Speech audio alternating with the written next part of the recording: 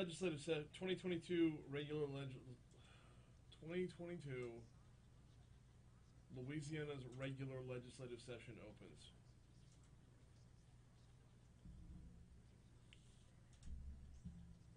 Oh crap! I got one more thing to print. I'll be right back. For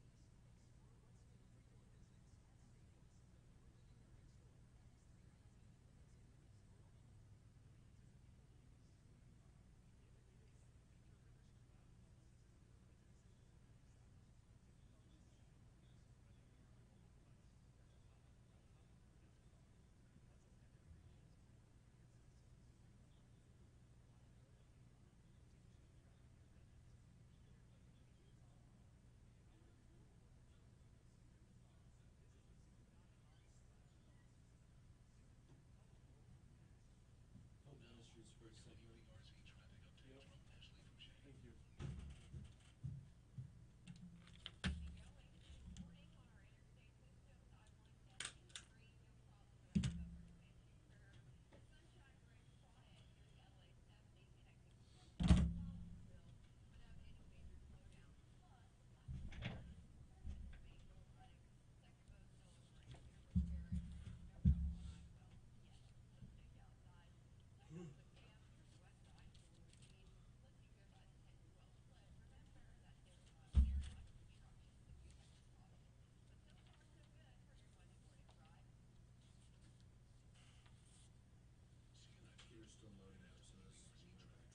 Good.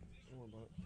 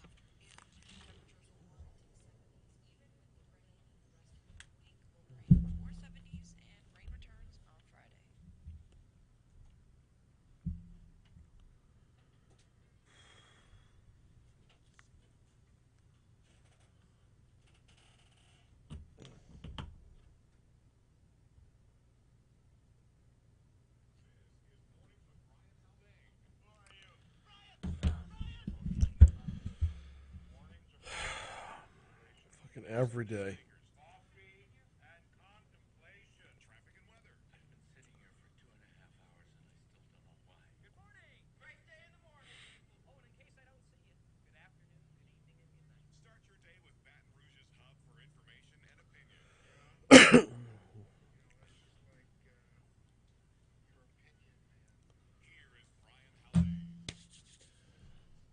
.606 at Talk 107.3 FM, WBRP. Good morning, everybody. Brian here with you, Jake producing.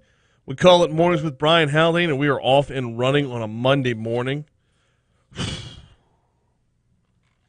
What a difference a weekend makes. So heading into the weekend, the plan for the show today was to be mostly about the regular legislative session, and we are going to talk about that because it does open up today. Had a lot of the show mapped out. I mean, you know, Condon comes down the hall at 6:35 every Monday morning. God knows what we're going to talk about then. Had Jason DeCuir from Invasive slated to join us at 6:52. Advantis was a phenomenal resource during last year's legislative session. Hopefully we will align in that way again this year to talk about what goes on from a taxing perspective within the session. Of course, we have Medical Monday every Monday at 7:15. That will play out this week as well. Stephen Wagasback from LABI joins us every Monday, ready for that one, as LABI is the state's Chamber of Commerce, the Louisiana Association of Business and Industry. No doubt a lot going on in the session that involves them. Had the host of the TV show True Conviction slated for 8:15. I mean, we're ready to go, right? Little pieces, parts to put in the middle of it and everything, but what else is there? Well, when LSU fires its head basketball coach in the middle of a Saturday afternoon, things change. So, by the way, our 8:40 segment, Hunt Palmer, co-host of Hunt and Hill, is going to join us to talk about that. In fact, let's lead off with it as well. And yes, we will have top stories and trending. I'll have the outside in. We will have this day in history and all the other little pieces, parts that make up this this whirlwind of a 3-hour ride every single day. But the story, as reported by WBRZ, Will Wade, head coach of the LSU men's basketball team, was fired from the university Saturday afternoon. LSU released a statement Saturday afternoon confirming both Wade and assistant coach Bill Armstrong were released. Quote, today we informed Will Wade that he has been terminated for cause pursuant to the provisions of his amended employment agreement as the men's basketball head coach at LSU. Bill Armstrong has also been terminated as associate head coach. John Rothstein of CBS Sports first reported the news in a tweet that Will Wade is leaving LSU. Kevin Nickelberry will be the team's interim head coach. Wade is expected to be released with no further payment. His contract was restructured back in 2019 as part of the suspension and reinstatement when news of LSU's head coach broke that he was on an FBI wiretap. Wade was recorded talking about a, quote, strong-ass offer to Chris Dawkins, a potential recruit who was a part of a federal investigation. The offer wasn't to Dawkins. It was to a recruit through Dawkins. LSU received their NOA, their notice of allegation, over the past week. It alleged recruiting violations from the NCAA. It's expected that the allegations against Wade are significant enough for the university to move on without any further payment to Wade. The release from LSU included further information regarding LSU's position on the NCAA investigation and how the school will proceed with the basketball team going forward. Quote, notably, this is from LSU's release, our decision to terminate Coach Wade and Coach Armstrong is not an acknowledgement of agreement with any of the allegations. The university will determine its positions on the allegations after an exhaustive and objective examination of the relevant facts and applicable NCAA regulations. I, for one, don't mind starting off the morning by telling you I was a little bit surprised. I did not think this would happen at this time. You got the notice of allegations and sent everybody off to the SEC basketball tournament. Then everyone gets home from said basketball tournament, and all of a sudden, now it's time to go. I don't know what changed from the time the allegations were delivered to the time they got home. Obviously, as you have time to unpack the NOA, as you have time to read, digest, examine, and analyze, sure, that can be evaluated and reevaluated as well. But clearly, something in there was pressing enough for there to be this immediate of a move, this immediate of a dismissal. Rather than saying, all right, let's see how this plays out. You can finish out the season. Go to the big dance. Do what you can. Probably going to drop off in the, if not the second round, then the second weekend. But instead, LSU heads into the NCAA tournament with an interim head coach now.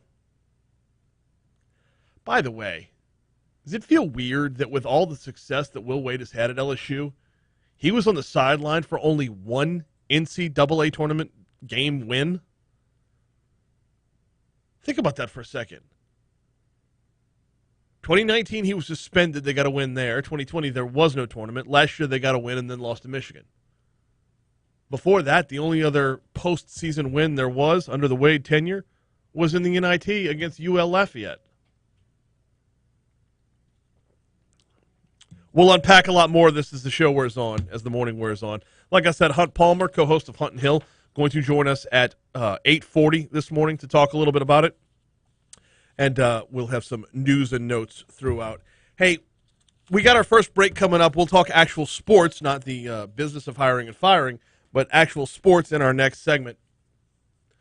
Before we take that break and check traffic, though, I want to remind business leaders, if you are currently feeling the pinch of Louisiana's workforce crisis, there is help. If you are feeling the pinch of not being able to remain fully staffed, there is help. Fred Keller, founder and chair of Cascade Engineering, changed how he managed his workforce. He brought retention rates in his company up from 34% all the way to 97%. He got employees off welfare while increasing company profits. These things are not mutually exclusive. Today is March 14th.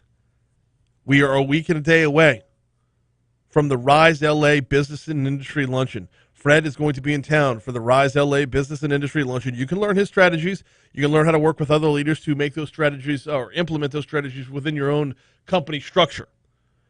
How do you sign up? RiseLA.biz. RiseLA.biz. There are still some slots available, but the date is rapidly approaching. Rise LA, we all rise together. Quick break. Let's talk sports next on Talk 107.3.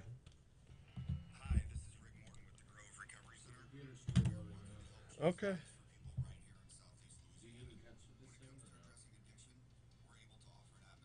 Oh, snap. Yeah, I do. I'm sorry. How long is the break? Huh? Okay, I got it. I got it. It'll be in today's folder.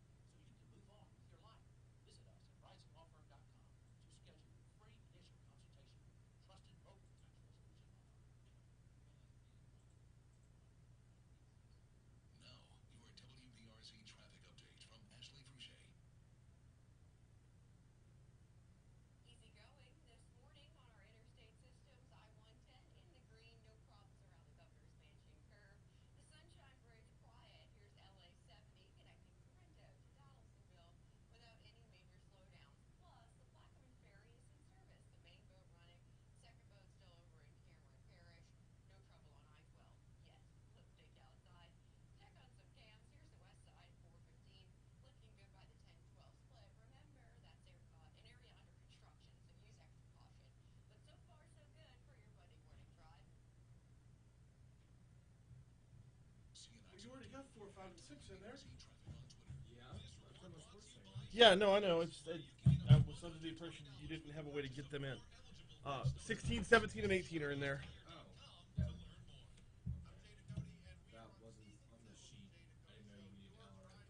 No, that's on. I didn't put it on. I thought I had it on the sheet, but I didn't. Yeah, they're in there now. They're in the folder already. Okay.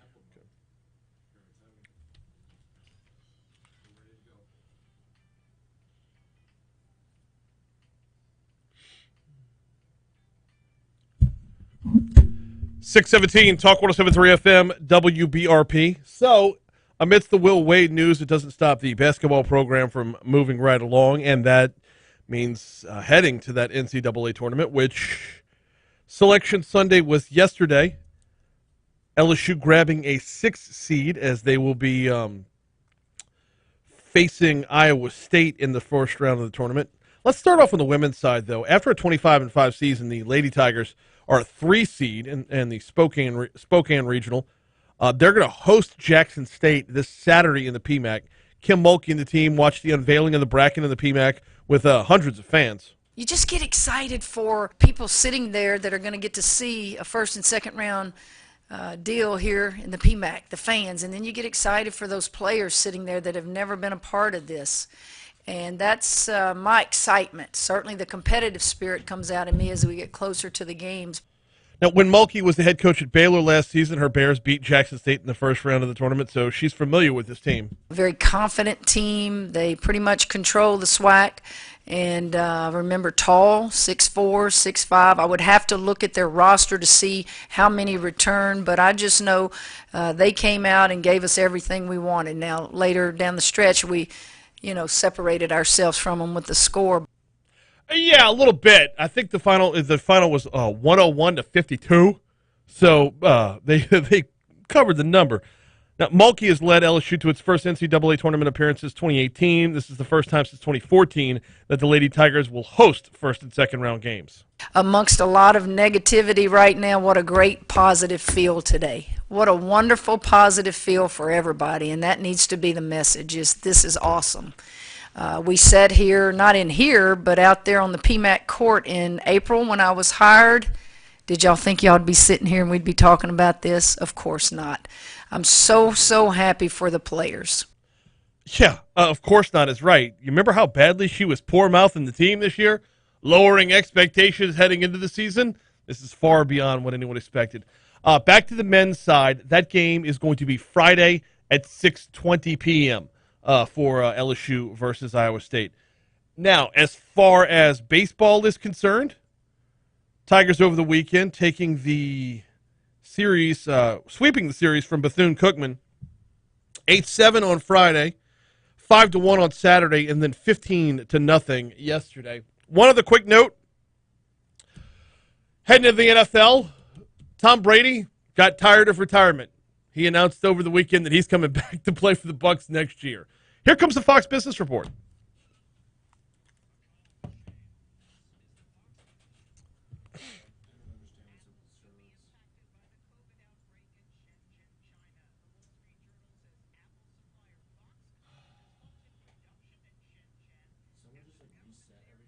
I don't know. I don't know.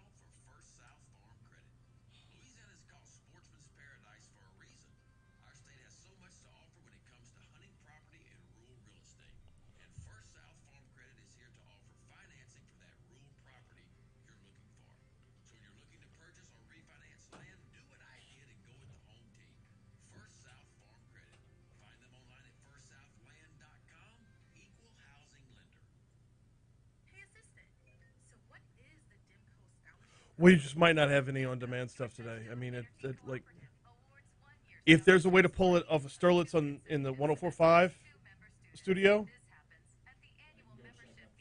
Yeah.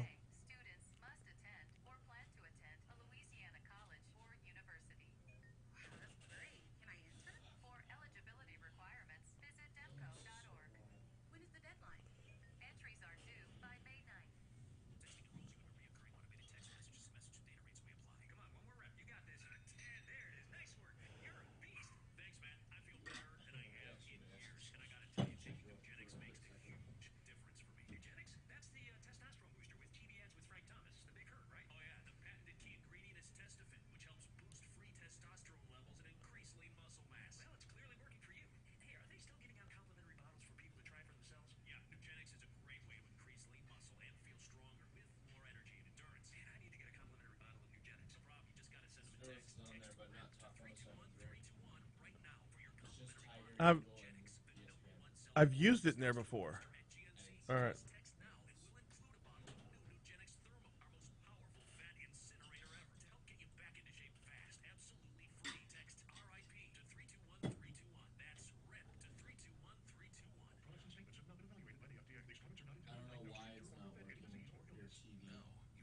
It's okay.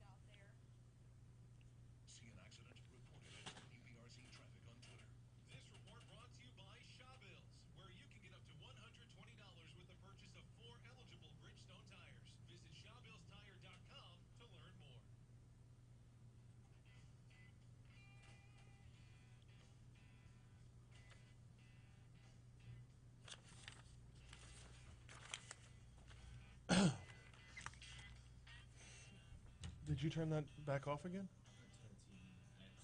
It's okay.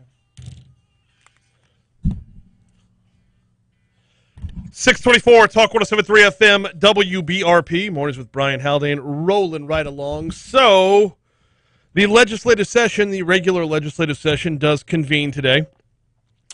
And, well, among other things, there is going to be a serious questioning as to the balance of power when this session begins.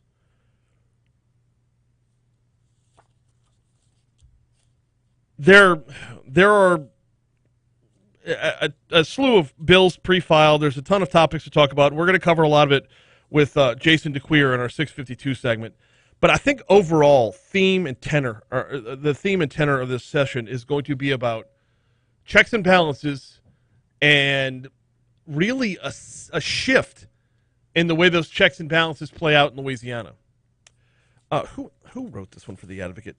Tyler Bridges at The Advocate wrote, governors have traditionally reigned supreme in Baton Rouge, using their expansive powers to choose the legislative leadership and then muscle their priorities through the legislature year after year.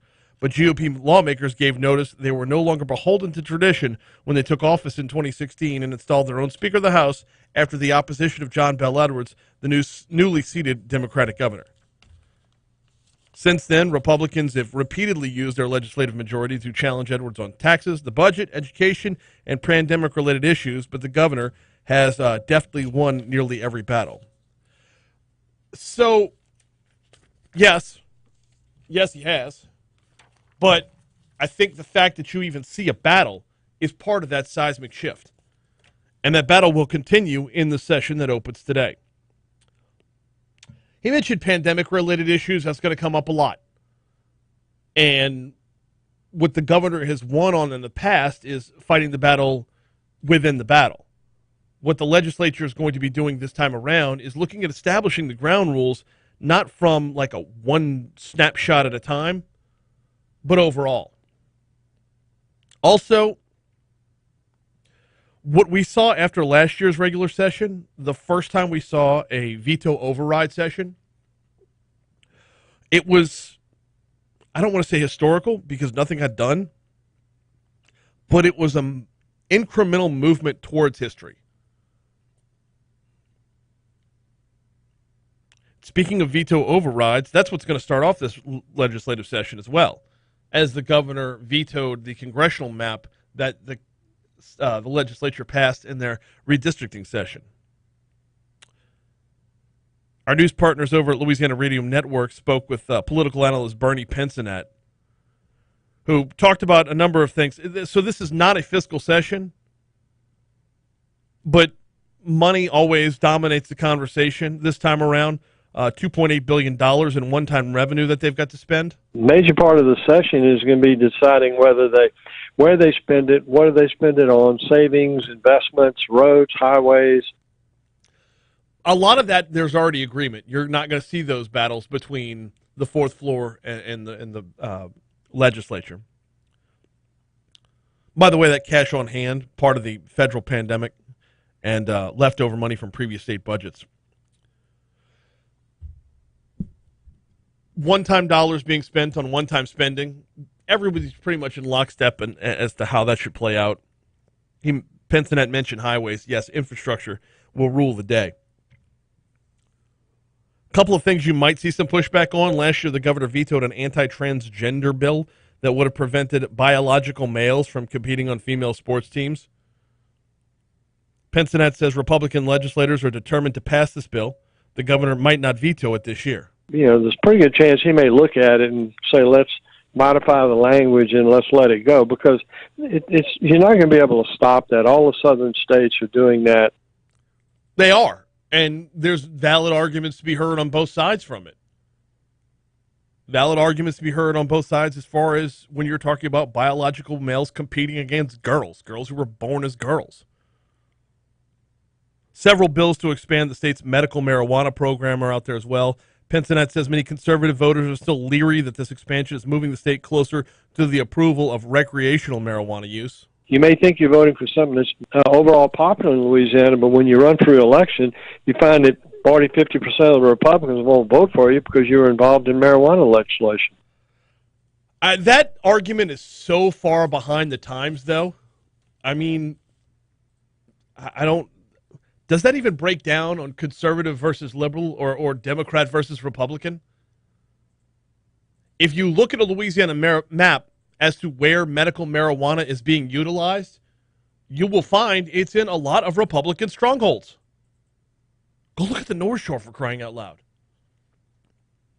Session opens up today. They got 90 days to get all the business done that they need to get done. One of the things I'm very, very curious about, two different state representatives, Mark Wright of Covington and Tanner McGee out of Houma, are both looking to push some form of a limited constitutional convention for the state. I'm so on board with this. Our state constitution is almost 50 years old. It's been amended hundreds and hundreds of times. It is this piecemeal, duct-taped, smoke and mirrors document at this point. It needs a revamping from the start. And oh, by the way, while you're talking about pushback over balance of power, hitting up a new state constitution would be the ultimate reset of the buttons, ultimate Control-Alt-Delete for our state. All right, quick break. Come back. Let's talk to Condon next.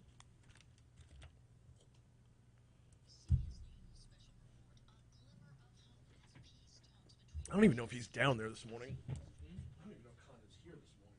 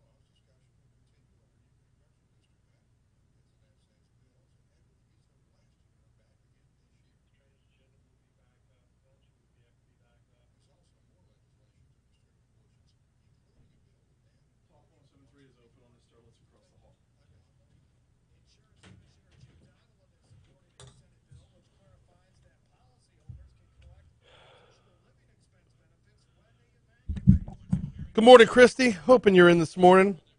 I haven't been able to sit still long enough to see.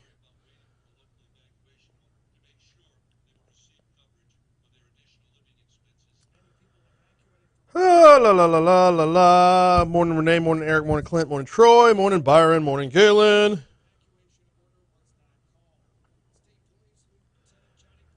LSU statement contradicts their earlier one when the NOA was first landed, and it makes no sense. We admit nothing until we dig into the allegations, but we're firing Wade now. Ready, fire, aim. Troy, that's why I was surprised by it. Like, the immediate response was, all right, everything's going to be cool until it's not. And the fact that it turned that quickly shocks me. It goes against what they said in that. Yeah, you're right. Galen says, Wade, too much controversy, too few wins. So they got 22 wins this year. It's been, look, I haven't been the biggest cheerleader for Will Wade because I believe he's been judged by the fan base and the media under a different standard than other coaches. But that being said, this has been a slow and steady build to help revive a program that bottomed out during Johnny Jones. I mean, you're talking about a team that, under Jones, a team that had the #1 overall draft pick, who has proven to be as about I'm not going to say a bust in the NBA because he's got the stats to back him up, but as far as a teammate is concerned, absolute poison in Ben Simmons. But you had the #1 overall draft pick, and you couldn't make the NCAA tournament, and then you ended up punting and not going to the NIT. Like, everything about the program sucked booty at that point.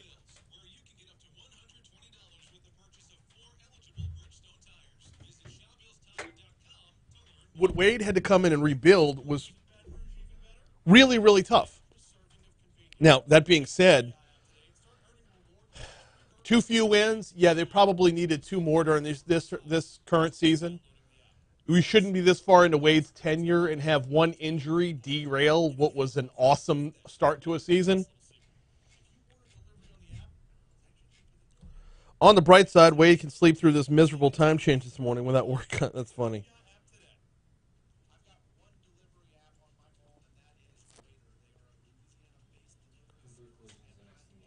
Okay.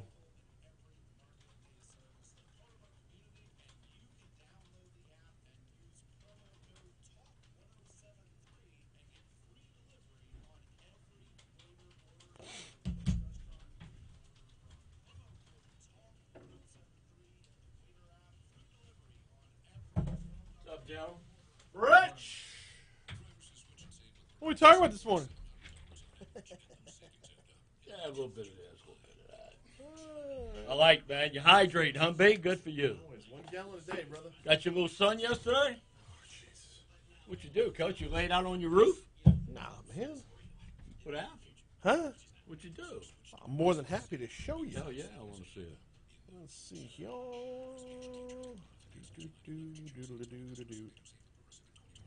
So, the Metairie St. Patrick's Day Parade. Oh, wow. See, that's the grandstand right there. My family's a big part of it. That's yeah. Christy. That's my mother-in-law. Oh, that's cool.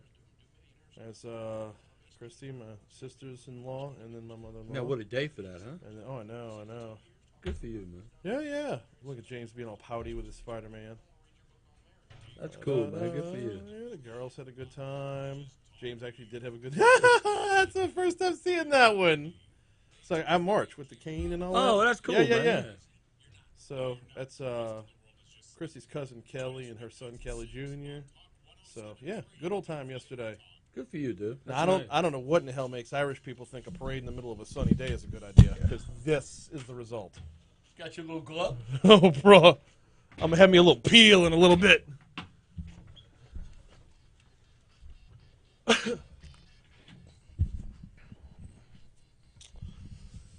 .637, Talk 107.3 FM, WBRP. Mornings with Brian Haldane, rolling right along. So every Monday, Richard Condon opens the door to Eagle down the hall, takes the quick jog over to our studio, and joins us. From one Irishman to another one. Oh, yes, sir. An early happy St. Patty's Day. And to you, sir. Yes, St. Patrick's Day coming up. Today's the 14th, so 15th, 16th, 17th. What would that Tuesday, Wednesday, Thursday will be the official St. Patrick's Day. Saturday in Baton Rouge, the Word of the Green Parade. It's going to be nice to have that bag. Oh, I know. And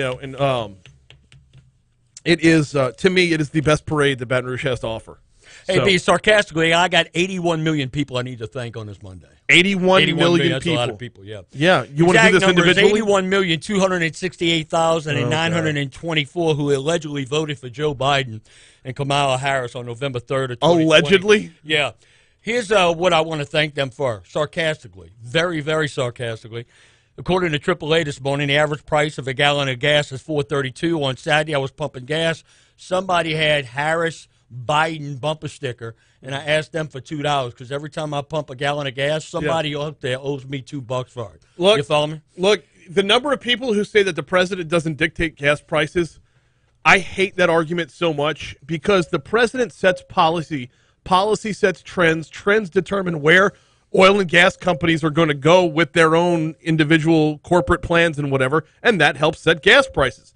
Presidents set trade policy. Trade policy sets gas prices. You can't say that the president does not set gas prices. You know, and to the 11,000 people who lost their job, Keystone XL Pipeline, I want to thank the 81 million for doing that. Also, in 2021, the highest number of illegals who ever entered this country, at least going back to 1960, 1.7 million. I want to thank the 81 million for that. Inflation, America at its highest point in nearly 40 years. Got to thank the 81 million for that. Joe Biden said on February 2021, men and women once charged with protecting America, talking about the police, are responsible for the growth of white supremacy groups. So all of that distaste and defund the police and all the hatred spewed toward our law enforcement. Got to thank the 81 million for doing that because pretty much they backing the guy who said it. And, of course, over the 2.5 million women and children and elderly who have had to flee Ukraine to go to other countries. So all of the 81 million plus who voted for Joe Biden, all of this is because of you, including every Ukrainian citizen now that's been killed by Russian forces. Guess what? Their corpse lies on your lap because you're responsible for it. Now, another thing. I hope Brittany Griner rots in a Russian jail. Why? I hope she rots in a Russian jail. Why?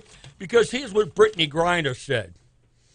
You ready for this? I see no value in playing the national anthem before sporting events, and if I have to, I'll sit in the locker room before each game to prove my point. She started that with the WNBA. And now all of a sudden, her and her wife are begging the U.S. State Department to come help her get out of Russia. You know what they ought to do? They ought to keep her in a damn jail. They ought to play the Russian national anthem on a loop, and at the end of it, chants of USA. USA. I find it convenient how all these people trash our stars and stripes, trash our national anthem about this country being so bad, and you try to sneak in a little oil in your little vape, right? And you get caught. Now you're all about your civil liberties. Now you're all about the freedom and all the men and women who laid their life on the line to give you the opportunity to say you don't want to be in a damn Russian jail. I hope she rots in a Russian jail. Listen to this. Here's what her wife came out and said. My heart, our hearts are all skipping beats every day that goes by. I miss your voice. I miss your presence. Guess what? The United States doesn't miss you because that's one less unpatriotic jackass this country has to worry about. I hope she rots in that Russian jail. But she played for the U.S. Olympic team, Rich. I understand that. No, but I thought that was the whole concern. Like, that's why you don't like Mondo Duplantis. I understand because he goes and represents. Don't even bring up Mondo Duplantis. She represented our country. Yeah, but she represented it only to benefit herself personally. It wasn't about representing our country. You can't represent the country and then not come out for the national anthem and play in the WNBA, Haldane. I like all of a sudden how your patriotism only goes to a certain stretch there, a certain line. I'm trying to follow your lead. You're in or you're out. No. Hey, you can't That's go to what I'm saying. She was in. You can't go to Chris. She was in. Let me tell you something. You can't go to your wife and say, I send roses all the time because I love you. And I'm always bringing home a special gift. And I would do anything for you. And then all of a sudden she catches you in a Port Allen hotel with the bumper of your car pulled up to the door. And you got your key on a wooden stick, and the guy inside's got his legs popped up watching TV wearing a tank top. Come on. Whoa. You brought this around to a guy inside? Get out of here, dude. Oh, good Get out of here. Lord. Like that look. Get out of here. 642, and Rich is taking it to that level. Damn right I am. Hey, now, look, here's another thing I'd ask you. Yeah. All these goofballs, all these jackasses, all these go green, all these climate change people, right? B, let me ask you this. Yeah. B, So they're okay with us getting, maybe now from Venezuela. Let's get some more from Iran, but we're not going to get it from Russia. No. None of these jackasses are driving $60,000 cars, right? Right. All right. Here's my point. Do we have 193 different environments? Does each country have their own environment, or do we have just one massive environment? Do not. Do we have one massive environment? Do because not. I don't know. Hey, are you telling me Belize, they're looking out for their environment? Hey, are you Russia and the United States? No. One damn big environment. It's been. How you come you're not bitching at the Russians, Total, the Venezuelans, and the Iranians? Total soapbox. Why you not bitching at OPEC? Look, hey, if it's global warming, it's global, for crying out loud. Yes, you get no argument from me there. All right, now I got to address. Hey, who did Brittany Griner play for in college? She played for Kim Mulkey. Oh, no. I was wondering if somebody's going to approach Kim and ask her about that. Not right now. Let Kim do Kim's thing in the NCAA tournament. Hey, you know what? Talking about the NCAA. We'll circle back once business at hand is over with. Tournament. You know, sometimes, like a lot of times over the years with the NCAA tournament, Brian, what happened? People got to try to sneak out of work because LSU's playing at 2 o'clock on a Thursday. You know what time they play this Friday? 6:20. How about that? Yeah. Is that perfect? Yeah, I mean, that's absolutely perfect. You think the local bars, all the sports bars and the eateries are not jacked? I mean, it'll be packed. Good for them. Oh, dude. And look, let me tell you this. Let me address this because I know you're short of time. The thing is, I want to congratulate. This won't be a popular opinion. Who knows? It's split down the middle of the road. I think I know where we're going. Scott Woodward had to do what he did. Okay, he absolutely had to do what he did, and I'm just shocked that it took 3 years because you remember. I want him to look. I went to him with a strong effing offer about a month ago. Effing strong offer. It was effing hell of an offer. Well. That was wiretap, okay? But yeah. Scott Woodward had to let it all play out, and LSU had to be able to dot its I's, cross its T's, look over the NCAA findings. LSU had to do what LSU had to do. And it's unfortunate, but Scott Woodward, how is anybody going to question him right now? He brings in Jay Johnson. He brings in Kim Mulkey. We'll see with Brian Kelly, but on paper, it's an unbelievable hire. You're opening up another basket, though. But you know what? Yeah, but still. Everything on paper is a great hire right now. Here's the deal, okay? It's not a personal shot, but it's an observation. The fact is, Will Wade was arrogant. Will Wade was smug. And let's be honest, this team is underachieved. If anybody thinks that, I worry about what our NCAA tournament chances are now, you got beat 3 times by Arkansas. This team made the same mistakes game after game, not boxing out. They go into a coma during stretches. So LSU's chances in the NCAA tournament are no worse than if Will Wade was still there coaching his team. Look, Scott Wood was worrying about cleaning house. That's what he's had to do. And when you come in and make drastic changes like that, you are not going to appease everybody. But I thought the move was relevant. I thought he had to do it. And if in any way it lightens the load, I don't know how it works, Brian, but if any either way, because of his initial reaction, and he said it and he took it, if that lightens the load, maybe. Now, the NCAA normally don't care if you come out and apologize and let coaches go. But the look of it, Scott Woodward had to do what he had to do, and it's unfortunate for the Will Wade family. It's unfortunate for the Will Wade fans, a lot of younger skew people, because they the ones who say American gangster. That's not exactly what you want to go by when you're coaching a program. Okay, so number one, I don't mind the bad boy mentality, but you've got to accept it comes along with it. Okay, I get that, and yeah, I do feel bad for Will Wade. Anytime a man loses his job and is pretty much gonna I can't envision a scenario where somebody's gonna go after him in the future, right? He's gonna have to rebuild himself through the ranks potentially. But my biggest thing is that wiretap quote you just had was not recent. These are not new revelations. Right. So when he re-signed his contract, when he re-signed that contract to now, nothing has changed. But I understand that. Other than a postal delivery. But he re-signed the contract when Oliva was here. Because he re-signed his deal in 2017 that paid him $2.5 million. So look at this. If you Did he do anything new since then? If he would have been let go then, guess what? He would have missed out on $7.5 million. Because that's 2.5 times 3 seasons. He's done well. No, I'm with you. I don't know what changed from then till now except for the delivery of being told by the NCAA what they already knew. First off, you changing athletic directors, and let's be honest, LSU's had a lot of things they've had to deal with over the last 3 years. A lot of things. Oh no, and Wade is sucked up into a bigger thing where the whole lack of institutional control quote is going to be thrown around all over the place. But it had to be done. If it wasn't done this week, it would have been done eventually anyway. So Scott Woodward had to clean house. Wishing Kim Mulkey and the LSU men's basketball team best of luck. Rich? Always a pleasure, brother. Hope everybody has a great week. You too, brother. You can catch him down the hall on Eagle 98.1. In fact, Anna just popped in and said, "Get him back over here!" So we will sit send you back down. Thank you, man. Y'all take care. Absolutely. You too. All right, we're coming up on a break. In fact, we're already late for that break. It is the opening day of the legislative session. Let's talk about it a little bit. Quick break. Checking your money now. Coming right back on Talk 107.3. Just blow out traffic. Just blow out traffic. I don't. It's gonna be the same one from before anyway. Okay.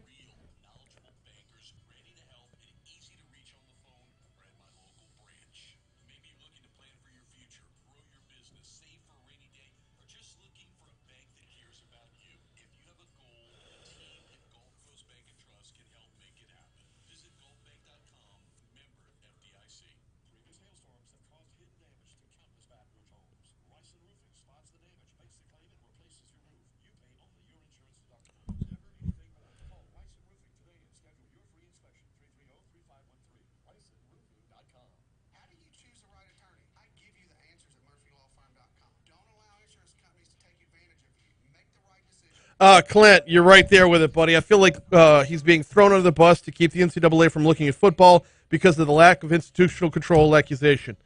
1,000%, man. 1,000%. And we're assuming that football is the only other outlet here, right? We already know that a tennis coach was previously mixed in on this. And to keep every other sport from coming to the surface, we just keep it where it's at. Someone calling themselves Almighty Chance says bad take. He covered 6 topics right there, so which one of them was bad? Or all of them. Please, elaborate.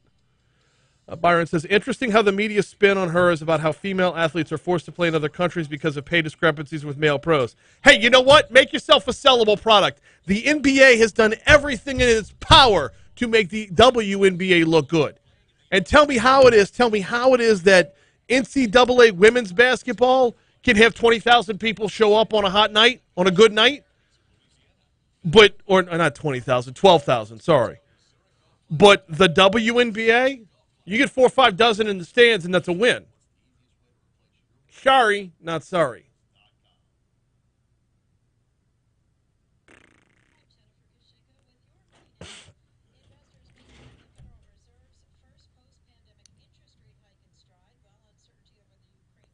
Galen says, compare Wade's success at turning the program around to Mulkey. Woodward was expecting more from his staff, and controversy is a headache. You can't compare Wade's success to Mulkey's because those are two different beasts altogether. And that'll reveal itself very, very quickly throughout the... Here's a great example. Take a look at the difference between upset wins in the men's tournament and the women's. You are going to find an infinite number, well, not an infinite number, obviously it's finite. There's only 68 teams in the tournament. But the top to bottom number of quality programs in men's basketball is significantly more than women's.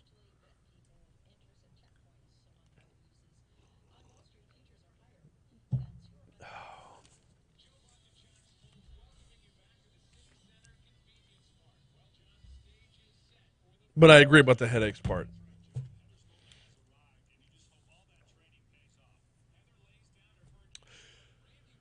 Oh, somebody tweeted the closing scene to The Departed and said, Scott Woodward waiting for Will Wade to get home from Tampa. And it's Matt Damon walks in and Mark Wahlberg's already there waiting for him. And Damon's got his bag of groceries. He's like, okay. And then Wahlberg offs him right there. I was like, damn, that might be the most apropos meme ever. Yeah.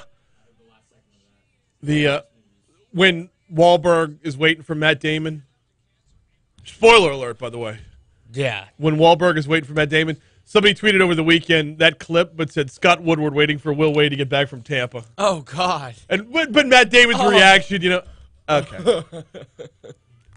And then, 652 Talk 107.3 FM, WBRP. Mornings with Brian Haldane rolling right along. So, 90 days starts today. The regular legislative session is underway. Joining us now to talk about it from Advantis, Jason DeCuir. He was a phenomenal resource throughout last regular legislative session, so we turn to him again. Jason, good morning. How are you, man?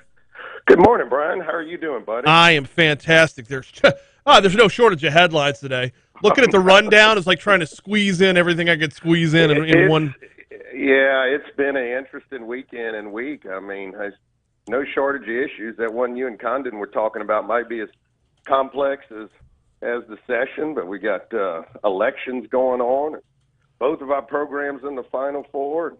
And this Russia thing looks like it's still heating up. So Yeah, absolutely. So let's narrow our focus for the next 7.5 minutes down to just the legislative session. What's Advantis looking at? What's on your radar for this session?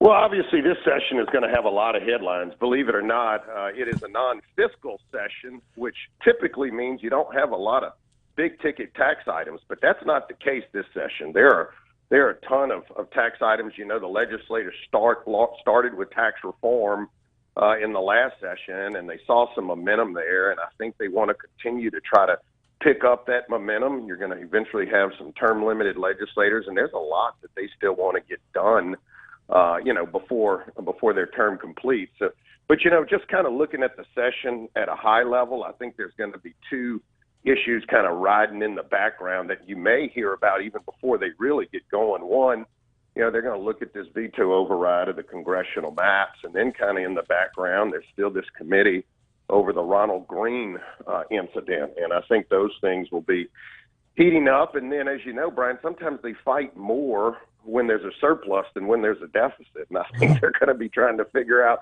how they want to spend this $2.5 billion. The governor is looking at some teacher pay raise stuff. I think a lot of people are interested in infrastructure. We talk about the Baton Rouge Bridge and the Lake Charles Bridge, but then, there's some that are going to want to try to reduce some taxes put it back in the hands of the taxpayers and looking at reducing our sales tax and severance tax.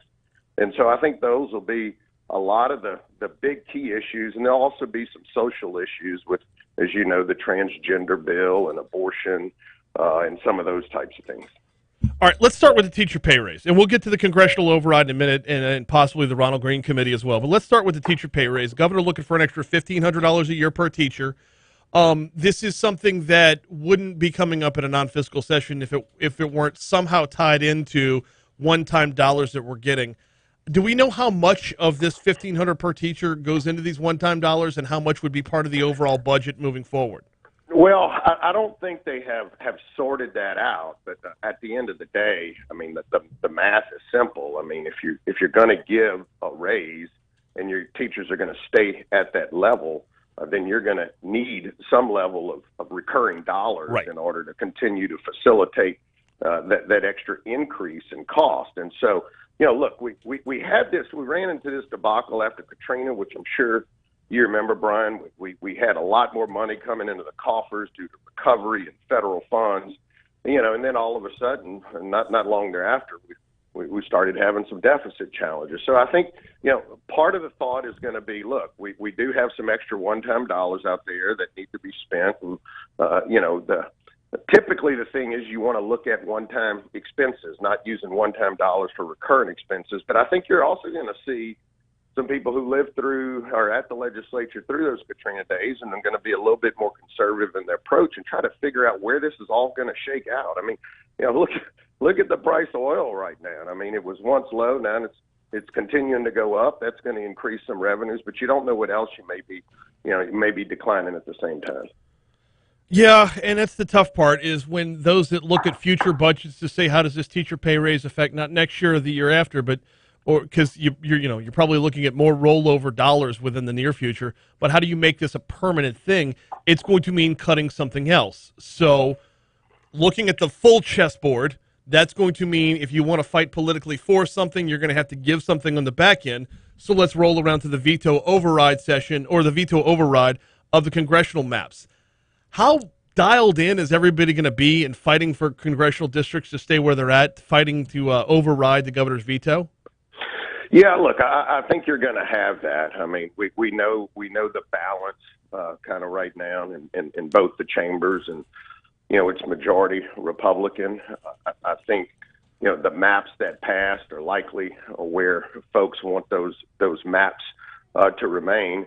But look, you're going to have some serious arguments made by the Black Caucus. We obviously know where the governor stands, and it takes a 2/3 vote too, Brian. Right. So I mean, that is very difficult to get sometimes. I think we all saw where the transgender bill failed, and there was a lot of support for that. And so just getting to that 2/3 number, no matter what the issue is difficult. I mean, you start having different discussions in little small groups, and you never know leading up to the vote what may sway one person in a direction over another.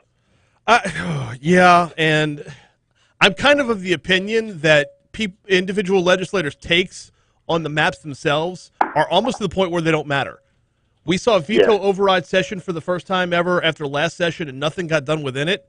And I'm wondering if the overall checks and balances, does the legislature just want to throw an elbow to show a veto override? Not to mention the fact that no matter how this plays out, it's going to end up in the courts. So let's override the veto and get it into the hands of the courts sooner rather than later.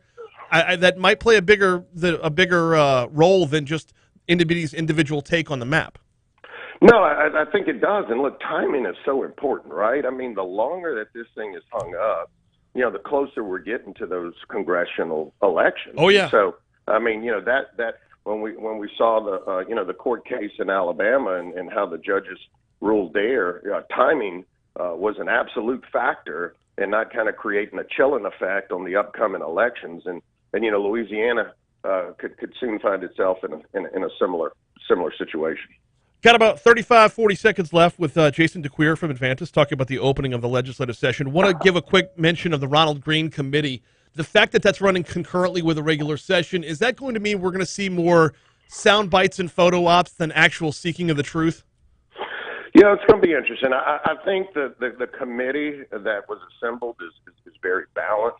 I think that it's got Democrats, Republicans split pretty evenly. Mm-hmm. You've got folks that have backgrounds in criminal investigation and lawyers on there, and so my hope is that Brian, that they can go in. There's no gamesmanship here. Just finding out the facts.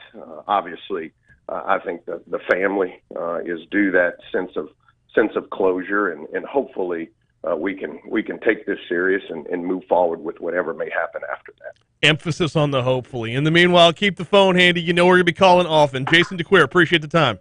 Thank you, Brian. Always. Good talking with you. Likewise. Here comes CBS News.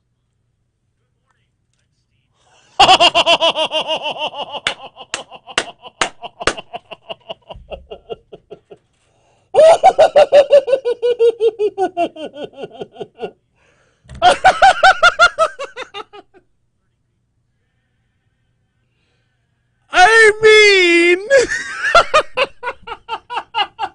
that is the best way this hour. Oh! That is the stupidest fucking thing. That is the craziest timing I've ever experienced in this.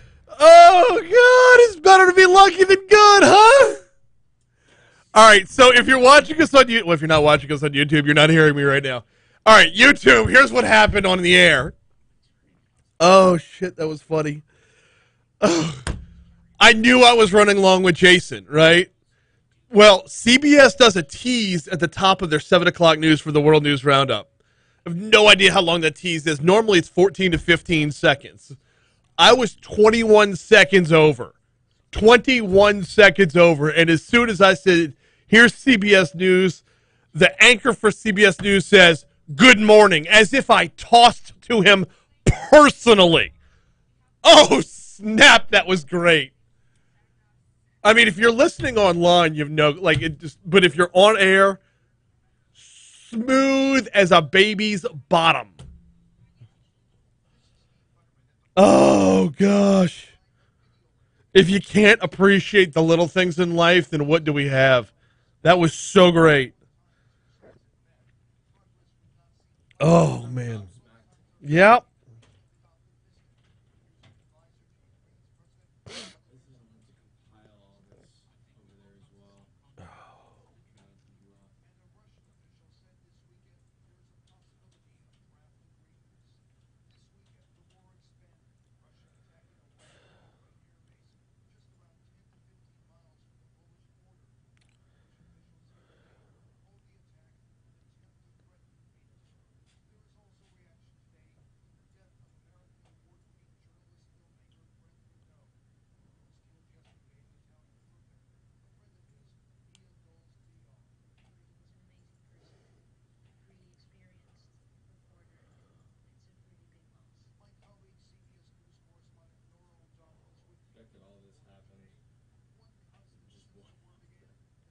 Oh, I know. Maybe, I don't know if that's like significant compared to what you've experienced in your much longer career than mine. This has been an insane hour one. The fact that I'm ending it, posting everything exactly on time, or at least for my standards, That's 4 hour 2 strikes is crazy. that is the way we roll. Yeah, it is. And no one would know the difference. Yep, like a duck on the water. Yes, sir. It's the whole point. No one could know. The only indication is just the fact that there's no picture in the back. Well, and that's kind of the whole like, but that's the point of the YouTube channel is like it's a little behind the scenes. By the way, for those of y'all watching, it has been a cluster of a morning. We've got an entire computer that will not start. Don't even get me started. It's been something, YouTube, let me tell you.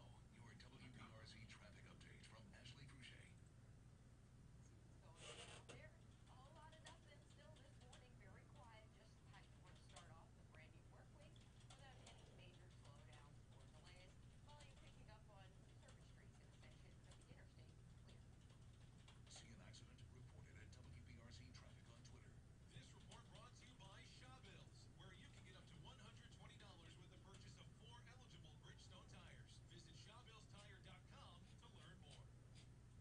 Temperatures are recovering fast after the cold blast over the weekend. Skies will be partly cloudy today with temperatures in the low 70s. Skies will become overcast at times and a few spotty showers will be possible. Tonight, a line of showers and storms will approach the area and will reach us just in time for the morning commute tomorrow. Conditions will be stormy between about 5 and 10 o'clock in the morning, and then it will be mostly dry in the afternoon. Temperatures will warm into the 70s even with the rain,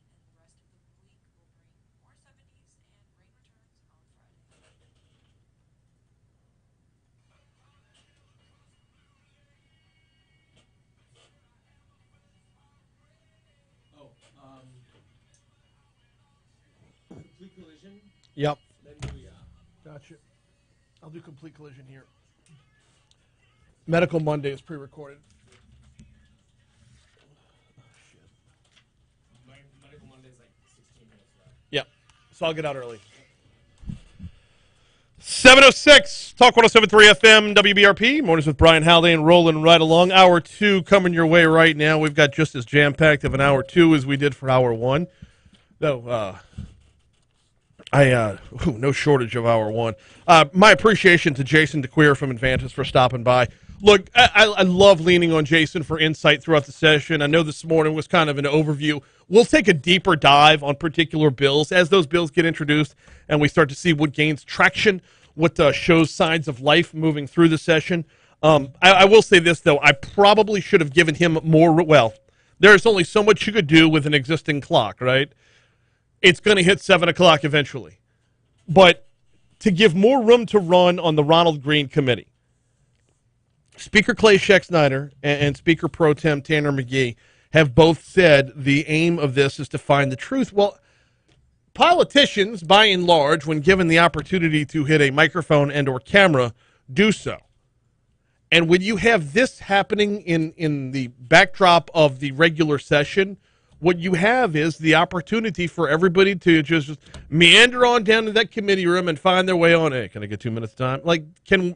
So that they have their soundbite, they have their moment in the sun, or they have their moments of fame throughout. I'm a little bit less than optimistic that the committee is going to be able to stay on task and on time. They could probably get the job done when it's all said and done, but there's going to be a little bit of a circus mentality about it before then. So, going to have top stories. Oh, also thanks to Richard Condon for lighting fires as he does every Monday morning. Everything going on here locally, and he leads with Brittany Griner. Unreal. Anyway, we got top stories and trending coming your way in just a little bit. Medical Monday coming up. Stephen Wagasback coming up all later on this hour. Before we get you to top stories and trending, hey, it's presented by Complete Collision Center. 768-9898, 768-9898. 2 locations for Complete Collision Center. Plank Road in Zachary and Perkins just east of Bluebonnet. Complete Collision Center has the certifications that should give you the reassurance that they know what they're doing.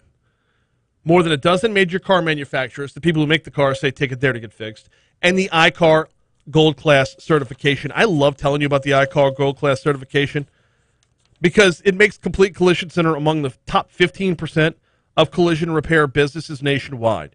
They meet the industry's highest standards for training. They're trained on the latest repair techniques. They know what can be repaired and what needs to be replaced. Oh, by the way, how to spot hidden damage. Want to learn more? Visit CompleteCollision.com. CompleteCollision.com. Getting your family back on the road safely is their number one priority. Don't let who you choose to repair your vehicle be your second accident. Check out CompleteCollision.com. All right, time for top stories and trending. Let's roll.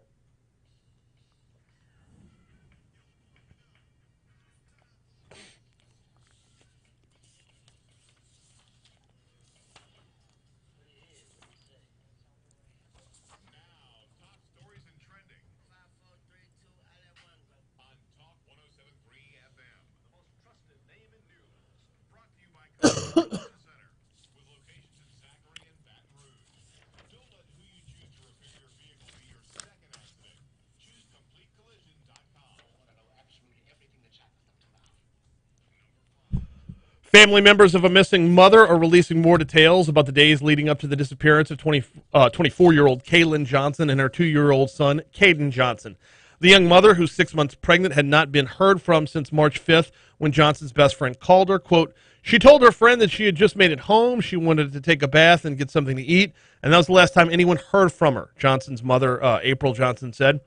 Johnson and her son live at the Spires of Sherwood apartment complex on Old Hammond Highway. Her front door is covered with posters of her and her son asking anyone for help in finding them.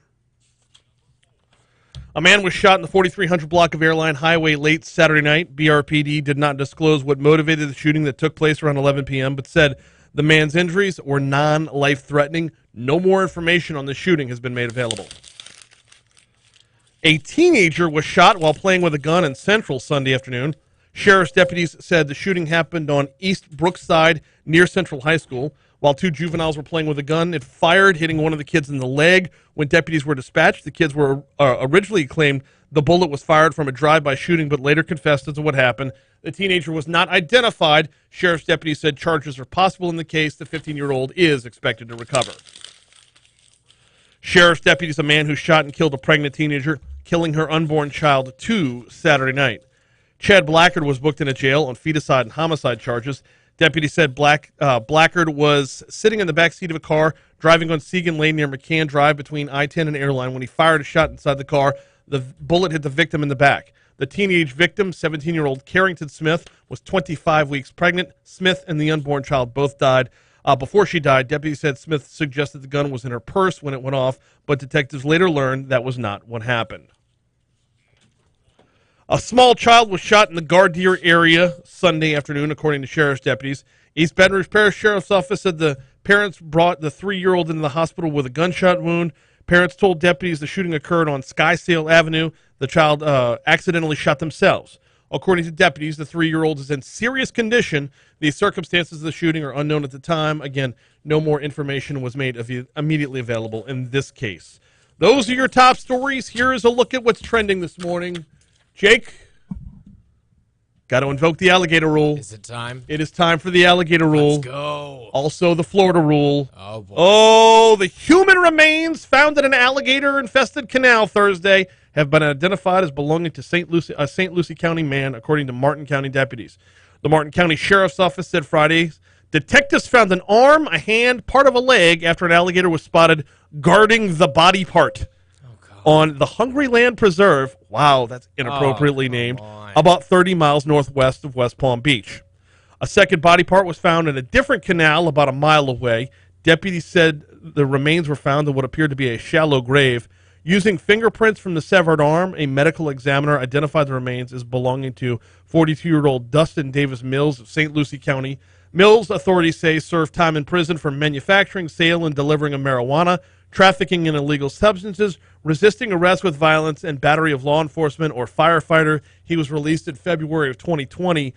Mills is believed to be the victim of a homicide. His remains had signs of being, quote, removed with a sharp instrument, according to deputies. Oh, gosh. I mean, talk about nightmare scenario. Yeah. That's... Removed with a sharp instrument and then eaten by gator. Those are your top stories in trending. Let's take a quick break. When we come back, Medical Mondays next. This should be about as perfectly on time as possible. I had another story. A guy was trying to smuggle 52 reptiles across the Mexican border in his pants. Should that have trumped? All right, YouTube, let me know. 52 snakes and the like. Is that a snake in your pants? Are you happy to see me? It is a snake in my pants, and I'm scared to an innie. Like, 52 snakes, trouser snakes. 52 snakes down his pants. San Isidro border crossing. He was caught. I think we should talk about that in the last segment if we have time. Yeah. We have to. Absolutely. Because rules are rules. We have to do The the alligator rule, rule. but the alligator rule includes all reptiles. Does it? Yeah. I don't recall that amendment. Well, it's in there. Okay. I trust. 52 snakes in his pants. You know, that old chestnut. So it should be about 1550. Oh, did I edit Medical Monday?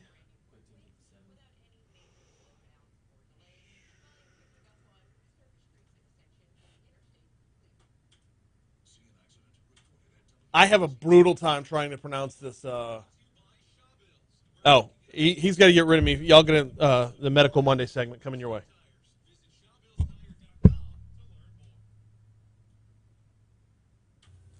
It's time for Medical Monday, brought to you in the interest of your health by Our Lady of the Lake Regional Medical Center.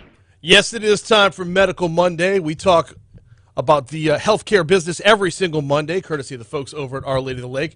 Today, we are talking about something that I'm hoping to pronounce correctly. Peroral endoscopic I knew I was going to mess it up. Myotomy.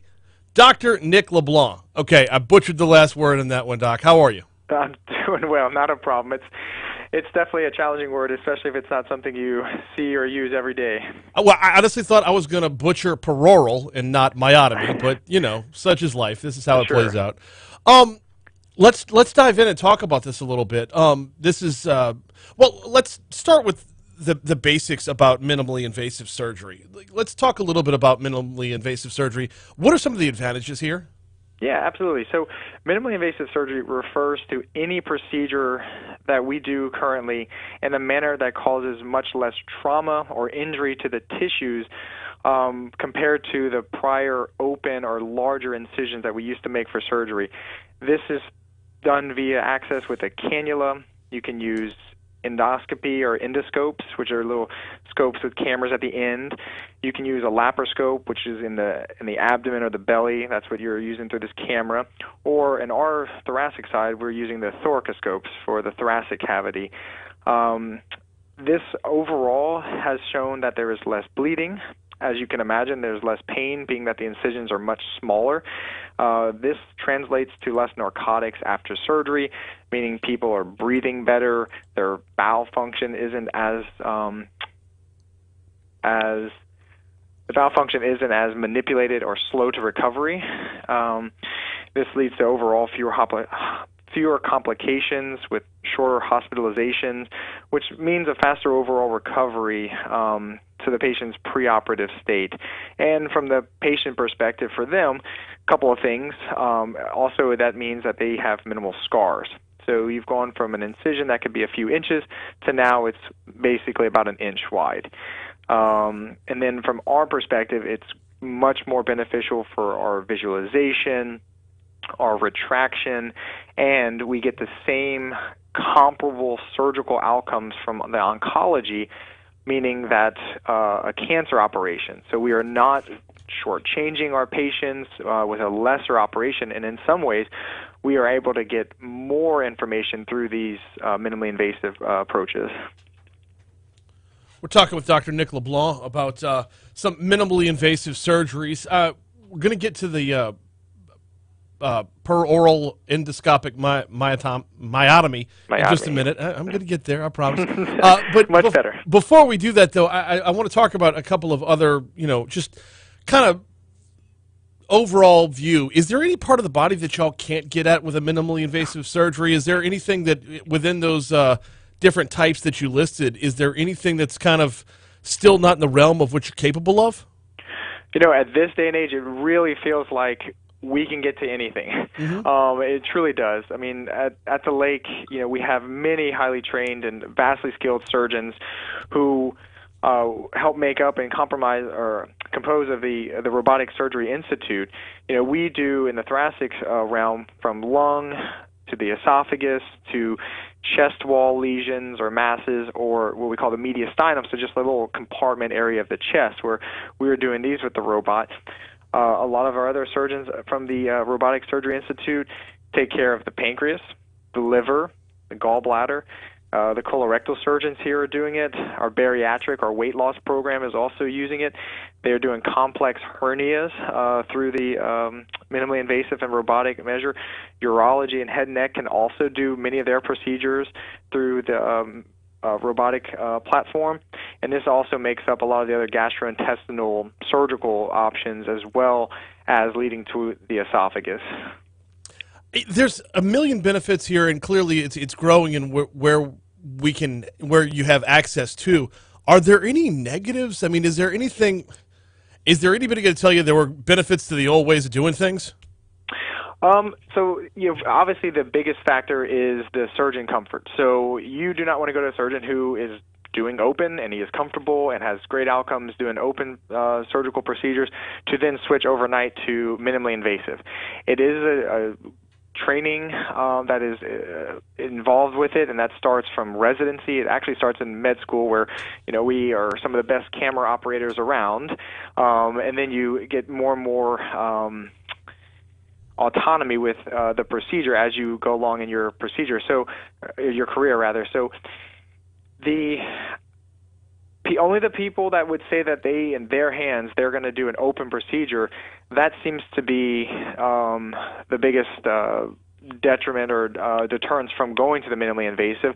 But I mean, there are obviously some other larger cases that you may need to do. So if the tumor is quite large and it's possibly invading an artery or a vein or some other vital structure, at some point you may have to convert to an open operation to safely get access to that vessel so that you don't get any unexpected bleeding. But honestly, I think most every procedure, starting minimally invasive is a good way to go because it helps you get a diagnosis, so you get to survey the landscape so that the imaging that we have today has gotten so much better, and it continues to get better, but it's still not 100%. And so sometimes we'll put a camera in and we'll see that, oh, goodness, the cancer has spread. And so you didn't start with a major incision. You started through a small camera incision, and then you get to look. And then you can help get to areas that actually are difficult to see completely through an open operation because that's a one incision. And it's a big incision, but you still have limitations at the top or the superior part or even the inferior part. Whereas with a camera, you truly can look all around the cavity, the body cavity, and get a good survey of the landscape. How has this changed from a training perspective, from an educational perspective, like learning as you go? This feels like it would be darn near a completely different skill set. Yes, absolutely. And as I mentioned, from med school on, you are, on your surgery rotation, you're getting exposed to minimally invasive because that has become essentially the norm. It's almost a standard. And so from residency training, which for most places is about 5 years for general surgery, from day one, you are in the laparoscopic simulator. You're doing training, on a computer monitor, essentially, just like the real operation, except you're in a training lab.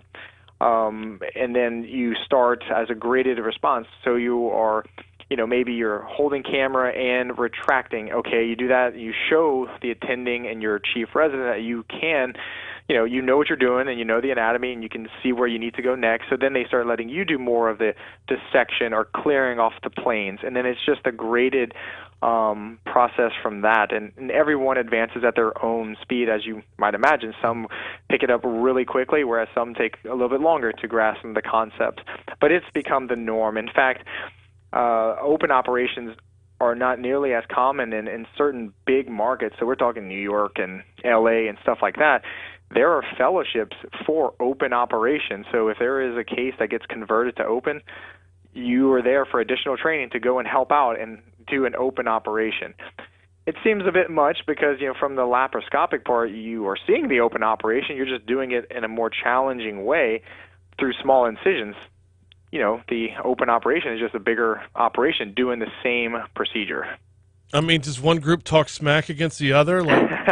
Is there a hierarchy here? There is a hierarchy. So the old bulls, the guys with all the knowledge, because they've had all the clinical experience that you can imagine and just like wealth of information, they all have horror stories. But at the same time, they were coming up when this was new technology. I mean, we're talking about from the 80s and 90s, so not that long ago, where they were innovating this field. So they would kind of shun the laparoscopic or the minimally invasive, but even they recognize the benefits because it's kind of hard to argue, and especially from the patient perspective, where they are moving around sooner, they're going home much sooner than before. But the appreciation has to be there, even if you are the minimally invasive. So there's the other end of the spectrum where, some people might struggle too long with the minimally invasive and say, look, the better part of valor is to convert to an open operation, do what's safe for the patient, and, just be safe. As long as you're safe, then you're going to be okay. But yeah, the old school guys have, I think for the most part, have shifted their mindset on this and have really adopted it as well. All right, let's talk about that poem procedure, the peroral endoscopic myotomy. Golly, I'm just not going to get that word. Let's talk a little bit about it. What is it? Who performs it? Who would benefit from it? Okay, so a POEM, that's how you can get around saying it. So the peroral endoscopic myotomy, or a POEM, is a treatment option for patients with achalasia. Who is performing these procedures? It's advanced endoscopists, and that's from myself, so someone like myself who is a thoracic surgeon who is trained in endoscopic or through those cameras that we talked about, the skill set, or advanced gastroenterology or GI. So it's additional training where you basically are doing this procedure where it's essentially incisionless. You are using the scope, and from the inside of the esophagus, you're making a little cut in the esophagus, you dig down through the tissues, and you are able to cut the layers of the esophageal sphincter that help with reflux from the stomach up into the esophagus. Well, patients with achalasia, that mechanism does not relax. So it's essentially a sphincter that will not open, and the esophagus just backs up with fluid, and it becomes dilated like a big sock instead of a garden hose. And so as you can cut these muscles through the scope, it then can relax. And the patients who will benefit from this are clearly the ones who do not want surgery. So achalasia is a condition where those muscles are not relaxing as appropriate, so it makes it difficult for people to swallow any food, and it's challenging for the food to pass into the stomach. So for patients who have been going under dilations through the endoscope or getting Botox injections through these into the sphincter to help relax that muscle, this procedure is a very good option because depending on their age, these other options mean you're going to have to do it again and again. Whereas a POEM has really good data, and it's comparable to surgery. And again, I'm a surgeon, so I will tell you that the data is there for surgery as being the gold standard, but a POEM is very comparable. And as we're getting longer-term data for this, it has become a really good option. And it remains a good option for, like we said, people who do not want surgery, or for someone who might be too sick to undergo surgery, because even though it is small incision, smaller surgery, it's still the same operation. So in a sense, it's still a big surgery just through smaller cuts. And so people might not be able to tolerate that. And so this has become a good option for those patients. Achalasia, and we got just a couple minutes left with Dr. Nick LeBlanc. Achalasia, is this something that's detrimental overall to your health, or is this more of is it an inconvenience, or can it actually risk your overall health? So yes and yes. It is all of the above. And as I tell my patients, it's a spectrum. It truly is.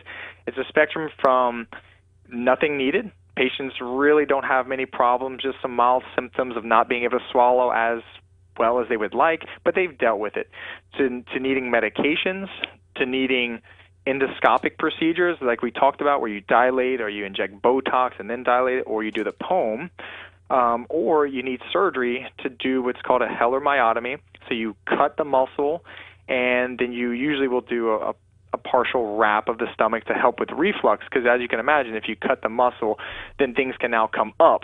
You know, you're allowing things to go down, but things can come up.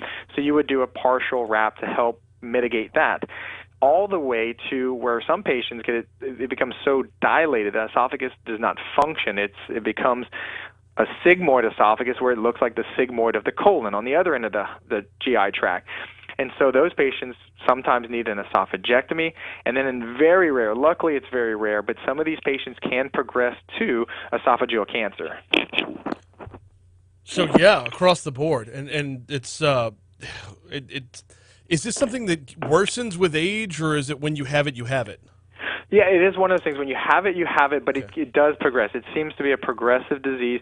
There is no real cure for it. It's just these treatment modalities where, again, it's based on the esophagus not squeezing appropriately. So if you can imagine, like trying to squeeze toothpaste through a tube, it doesn't squeeze at all. So it just sits there, and then also you have that lower esophageal sphincter that just does not relax. And so their disease progression, it typically will progress over time, and it just depends on where they started on that spectrum as to how much they'll experience. Or some people just have a different flavor or variety, if you will, because there are three types of achalasia, but you know, whether it progresses at what rate, that's all dependent on the patient. It seems to be like no two seem to be the same.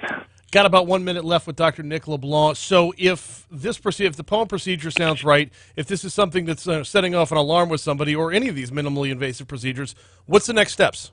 Yeah, so for patients who have any concerns or questions about this, as with most every condition, really the consultation starts with your primary care physician. Start that discussion with them, because likely they will send you to a specialist, a gastroenterologist, who will help with swallowing difficulties. And then once they've seen and assessed, and if you ever have any questions from us, you're also free to reach out to the thoracic surgery. But typically a gastroenterologist will be the mainstay for this disease process. And then if it progresses, or if it's failing the medical management, then we have the discussions for more invasive, minimally invasive from the endoscopic perspective, or to surgical options. But like I said, with most everything, start with the primary care, and then they'll refer you to gastroenterology, and then from there, we'll take it over if needed. Dr. Nick LeBlanc from Our Lady of the Lake, I really appreciate the insight and information, man. Yes, sir. No problem. Thank you so much for having me on.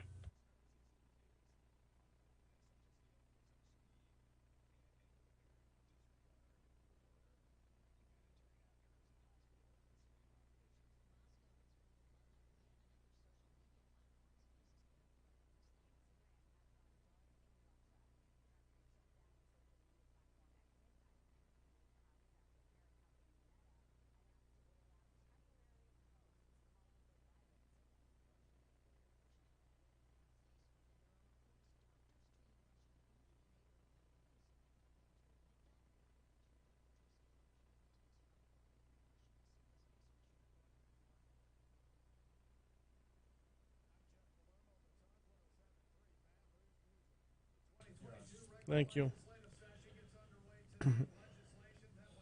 All right, let us know, YouTube. Getting back to that trending story, which should have been the trending story? Missing body parts found from an alligator, or dude like murdered, chopped up, and eaten by alligators, or dude tries to smuggle 52 snakes in his pants across the border. I think I made the right call, because snake dude, I don't know, I think it's more rare. I agree with that. I still think about this quite often, but nothing beats this story. I think this is what was trending one of these days. And pardon the language. This is what you said on air.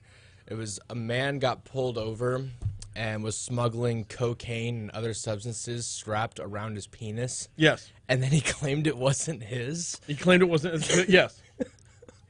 And I think about this nearly every week. Well, and it makes me die of laughter every single time because when he said it wasn't his, I believe my immediate response was the drugs or the penis.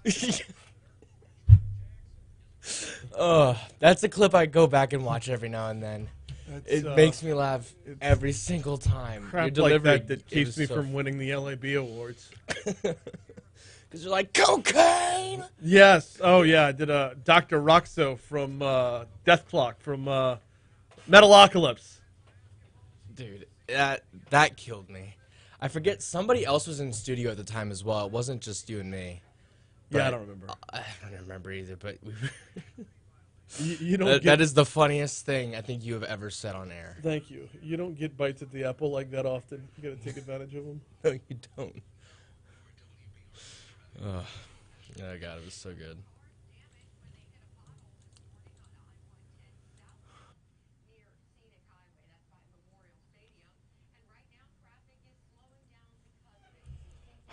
Let's see. Speech therapists can work wonders with many dysphagia swallowing issue patients. Can they? That's awesome.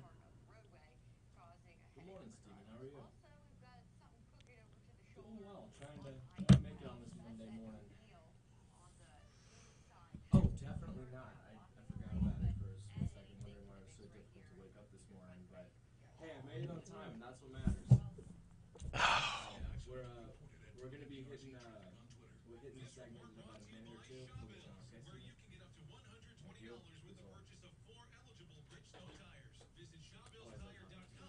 Yeah, he's pretty awesome. Oh, goodness gracious. Am I already starting to blister?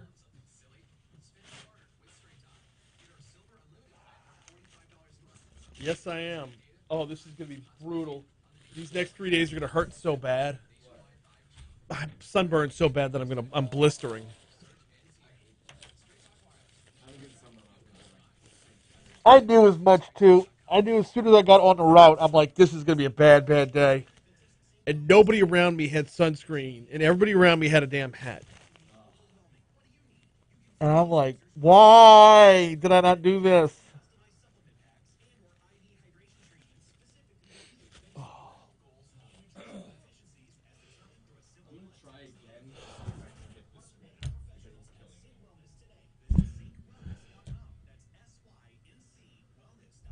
Troy says earmuffs, so obviously for the kids. So the snake smuggler can go into an airport bar for a pickup and truthfully drop the line, I've got a python in these jeans.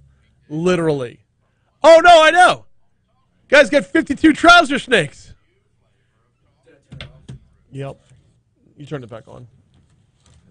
Temperatures are recovering fast after the cold blast over the weekend. Skies will be Unfortunately, though, he wasn't in an airport, though. He was trying to cross the border at San Isidro, Mexico. Yeah. All kinds of snakes.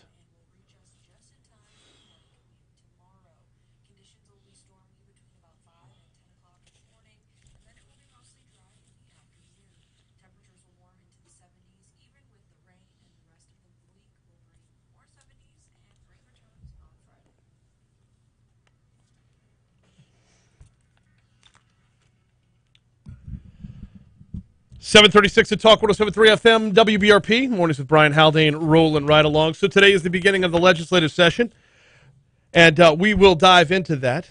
Stephen Wagasback, president of the Louisiana Association of Business and Industry, joins us now. Stephen, good morning. How are you, sir? I'm doing great. How you doing, Brian? How's that sunburn? Bro, it's so rough. So it's okay right now, but I know I'm going to, it's bad, so I'm going to blister. Well, I hope you Facebook Live that in slow-mo video so your fans can be there right there with you to help you get through this. I mean, it's going to be, yeah. It was worth it, though. Out on Metairie Road yesterday for the St. Patrick's Day Parade, Lieutenant Yeah, I Governor gotta Billy think Nungesser that- brought his float out. On a float with Billy's got to be the fun way to do it, right? Well, so I hopped up on the float just to take the picture, but I was marching. So he was on the float. I was actually marching out with the committee. So nice. Yeah, I like it. Oh, good Man of day the all people, around. I like it. Wait, do what? So if you're a man of the people, you were marching down. You weren't up on that high and mighty float. You were down with the people. I like it. I'm sure Billy would have been down there as well if he didn't have that whole. He's got that very cool float. I mean, brought it to the Rose Bowl. The and alligator thing out there? Yes. Oh, yeah, that's pretty cool. Yeah, That's good. Yeah, Good so stuff. absolutely.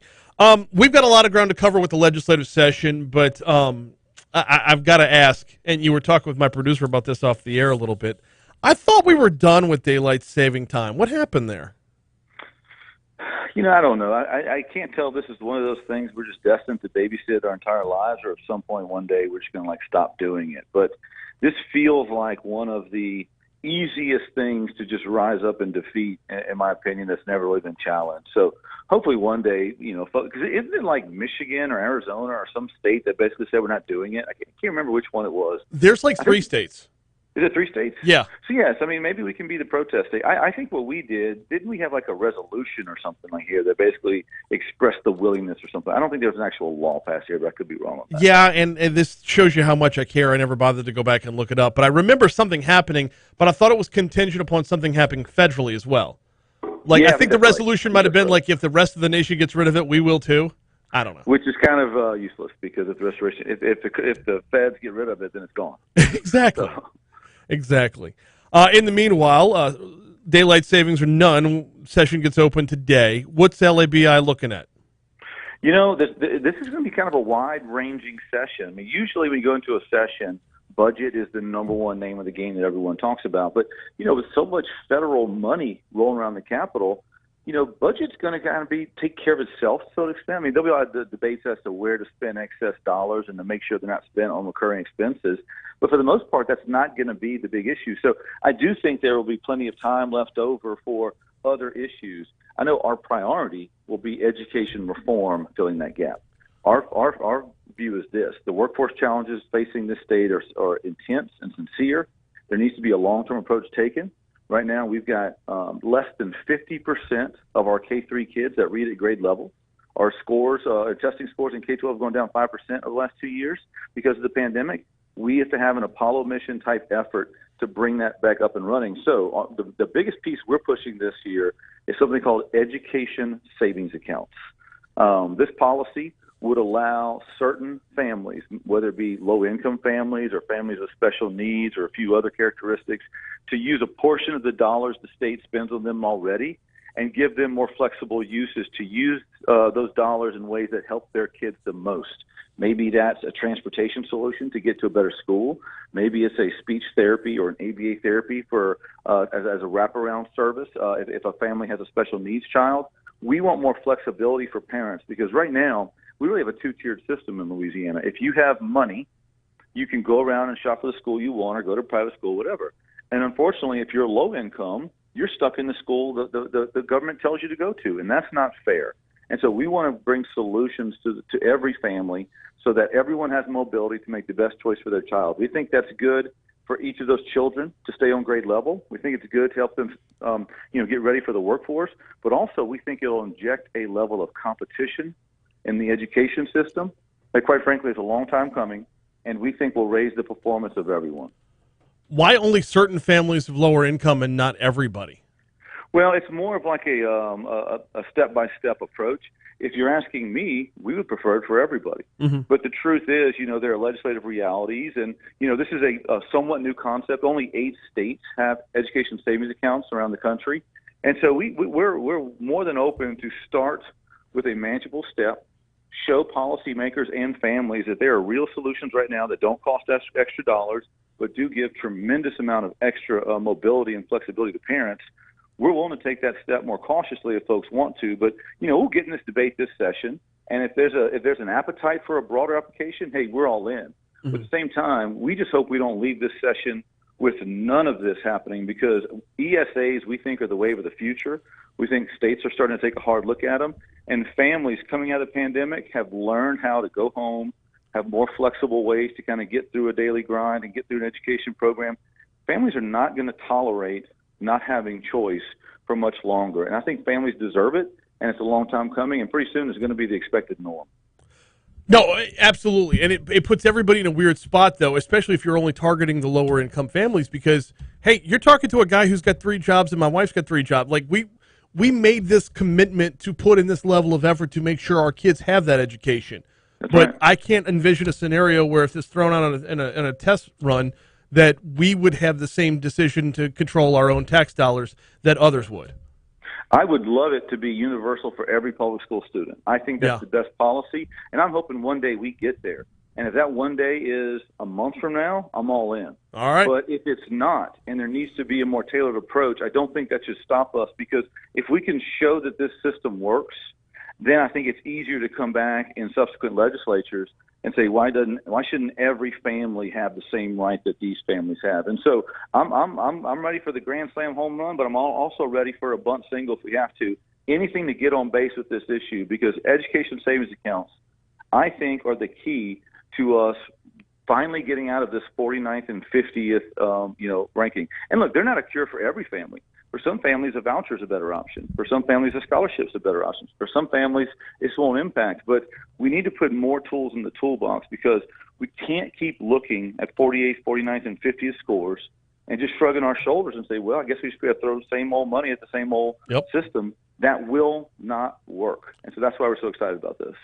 No, and I agree. And in principle and on paper, I love all of it, and we would move towards that. But that's just where I see the biggest initial hindrance coming from is from dudes like me. Honestly, yeah, absolutely. What's good for the goose ought to be good for the Haldanes. I mean, but you call yourself a gander? I kind of did, yeah. Gosh, I hope that's the male one. Anyway, while we're talking education, let's Do you talk. identify as a gander, Brian? Yes.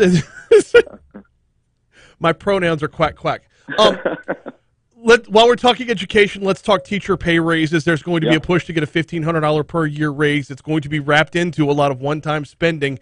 We're going to be faced with this example again of really noble use of dollars, but they're noble uses of one-time dollars for ongoing expenses. And those who have their eyes beyond this year's budget are going to be vilified again. Is this more rinse repeat of what we've seen from previous legislative sessions in this regard? Well, I do think that there is keen awareness in that Capitol to make sure that we don't create a hole in the out years and these dollars are gone. I think everyone is on the same page. You hear from the governor, you hear from the legislature, you hear from everyone that we don't want to invest one-time dollars in these recurring expenses to create a hole. We know that's a recipe for disaster. That Capitol has seen that time and time again. Everyone's on board with that. When it comes to teacher pay raises, look, I also think that everyone understands that we're having a challenging time filling teacher professions, and there needs to be something done there. You need good people in the classrooms if you expect good results to come out of classrooms. And so I do think some pay adjustment is necessary, especially for, targeted and high need areas. If it's math and science in one district that they're having trouble, or if it's a different level of teacher in other areas, those dollars should be there to try to bring people in the classroom. So I do think some pay adjustment will be done. And I think with the economic growth numbers, there should be room in there to do it with identified recurring dollars. And I can guarantee you, in a budget that's in the $30+ billion, there's room in there if there's a will to use recurring dollars to do it. And as long as they're using recurring dollars, I think it's a fantastic idea, especially if you can target in the high need areas. Stephen Wagersbeck, president of LABI, is our guest. We speak with Stephen every Monday, and as this opening of the legislative session, it's obviously top of mind. What else is LABI looking at today? Those are the big ones for us going in on offense. Obviously, on defense, we're going to make sure that bad policies aren't put in place. We know last year there was movement on tax reform going in there. We got Constitutional Amendment 2 passed, not Constitutional Amendment 1. And so there will be another effort this year to try to get the sales tax modernization collection plan and put in place. Speaker Schexnayder reintroduced the bill. We're going to work with stakeholders again to try to get that done and hopefully get that back to the ballot. I look forward to getting down to the table with him and the local collectors and see if we can find some compromise there. But at a minimum, we're going to try to play defense to make sure that nothing happens worse on that front. That's a big piece. The other piece is you've heard some discussion on other issues like the industrial tax exemption. There's a move to put the governor's changes on that in the Constitution. Obviously we have concerns with that approach. We don't think that should go in the Constitution, so we'll work through those issues as well. I think the big thing for us is really focusing on that workforce education piece, and then playing defense on anything that could be destructive. Because right now, Brian, what I think is interesting is when you look at the data, there is a move in this country for businesses and families and wealth to look at the South. You see companies and families leaving California and New York and Illinois in droves, moving south, but they're not coming here yet. We have to realize this is an opportunity for growth in this era, but we're not doing the little things on tax reform and education reform and infrastructure to make ourselves competitive. So we'll be pushing for as many one-time dollars to go to infrastructure. We'll be pushing for as many education bold reforms that put families in the driver's seat as we can, and we'll be doing everything we can to continue to improve our tax code and fight to the death for any efforts to make our tax code less competitive. We got about a minute and a half left with Stephen Wagerspack before we have to take a break. Let's talk back to business. Y'all got an event coming up. Yeah, so this week, obviously the first week of session, we're about to get down to work, but also on Wednesday night, we're going to get down to play. We're going to have a reception where we're going to try to welcome everyone back to town, not just the policymakers, but also the business leaders around the state, invite them to come over to our place on Wednesday night. It'll be a back to business, back to session event.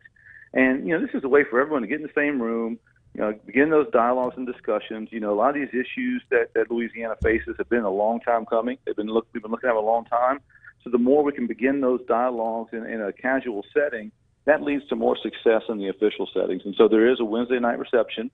If you're a business leader, a LABI member in the area, please come on by. We'd love to have you join in and get to meet some of the elected officials who will be making important decisions on your behalf. And if you're not a policy wonk, but you like live music and a good beverage and food, you can come over for that as well, because we'll have that also. So it says, join us for bites, booze, and bad dance moves. Stephen Wagerspack, what is your go-to dance move? Well, the centipede is probably my best bad dance move. I can get some pretty good height on that. Okay. And obviously, just like all, lame dad dancers, I've got a robot and a sprinkler and a lawnmower and all that stuff. But, look, I try my best when I start biting that over lip and just kind of, keep the arms in close and kind of like point the fingers and the guns back and forth. Typical dance move, nothing too fancy. I like it. Back to business, bites, booze, and bad dance moves coming up Wednesday evening out at the headquarters over there, 500 Main Street. He is Stephen Wagerspack. The visual of you doing the centipede is just, I don't know if it's overwhelmingly great or it's a foreshadowing of bad things. I don't know, Stephen. I don't know. I got to see it to believe it. Well, it's probably why I have 3 bulging discs in my lower back at this age of my life from doing that as a kid. But, we want to go there. And look, Brian, before we leave, yes. one last thing for you. Don't forget, my friend, sunscreen is your friend. Don't forget the sunscreen. I mean, we should have learned that a long time ago. I appreciate you, Stephen. We'll talk to you soon. All right, man. Have a good one. You too. Oh, this sunburn is going to blister. It's rough. All right. We're going to take a quick break. When we come back, we step outside of East Baton Rouge Parish. A segment we call The Outside In is coming your way next. Oh, man.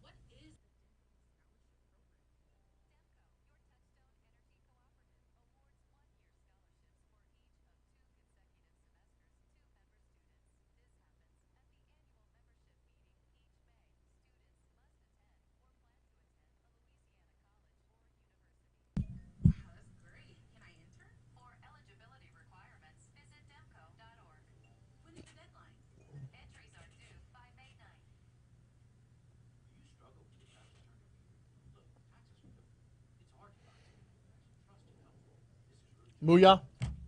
Yes. Yeah, mattress experience.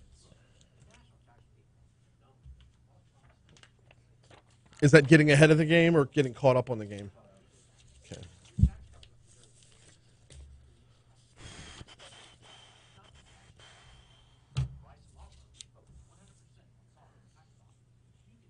Oh, man.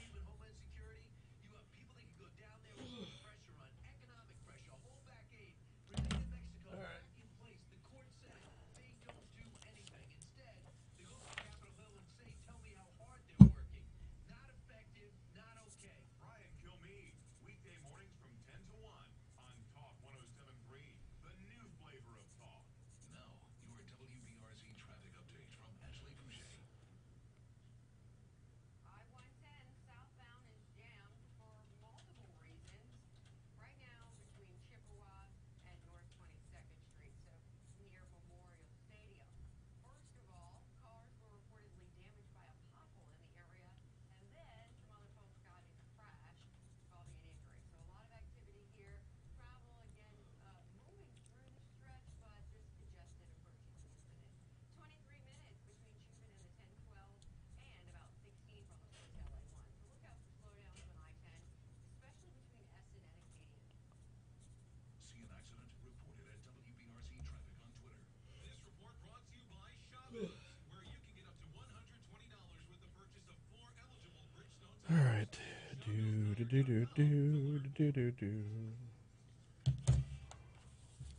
I'm way behind.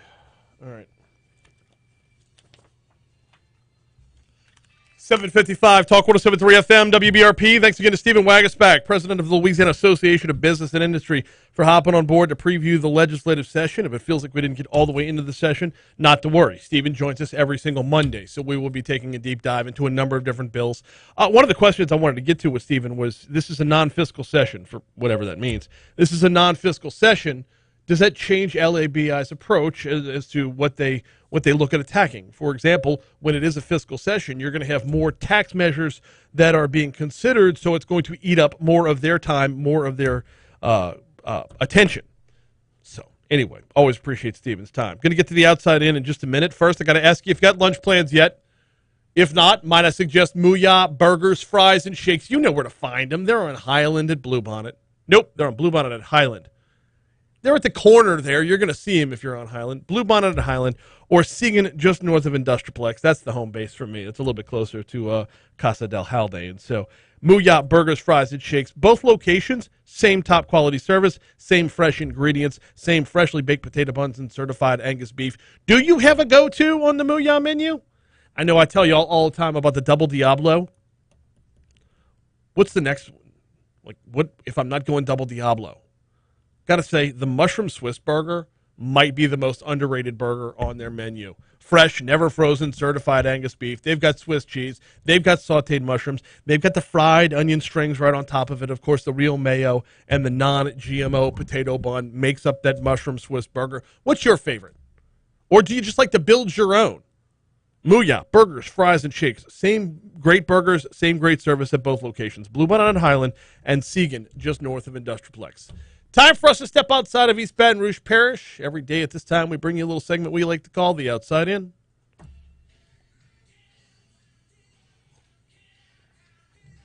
It's time to step outside of East Baton Rouge and get inside our surrounding parishes. About time for me to be hitting the old dusty trail. Really explore space this time. Really? Yeah. Explore the space. The Outside In, presented by BRC Lake. With extended hours to fit your needs. BRPG Lake has got you covered. Schedule online now at BRPGLake.com.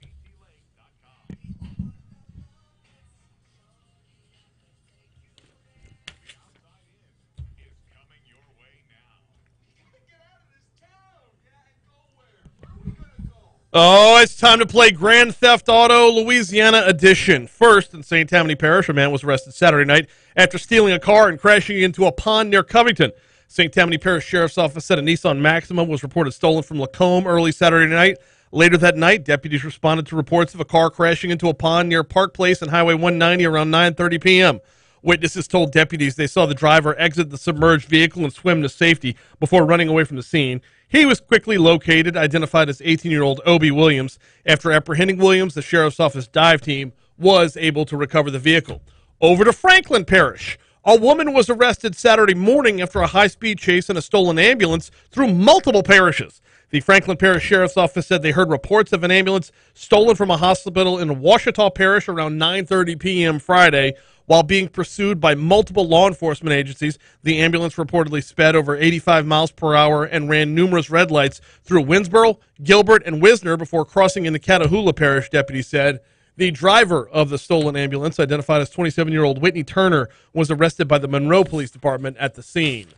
New Iberia police are trying to find a woman who they say used a fake check to purchase 3 vehicles worth $100,000. Police spokesperson Sergeant Daisha Hughes said Chantel Rena Romero wrote a fraudulent check to purchase the vehicles from a local dealership. When the dealership possessed the check, it was returned as fraud, or processed the check, it was returned as fraud. Romero may still be in the area driving a Chrysler 300. Not hard to figure out how she got that. That is the outside in. We are due up for a quick break. Going to check CBS News here. After CBS News, we will check our traffic, we'll check our weather, then we'll get right back at it with Hour 3.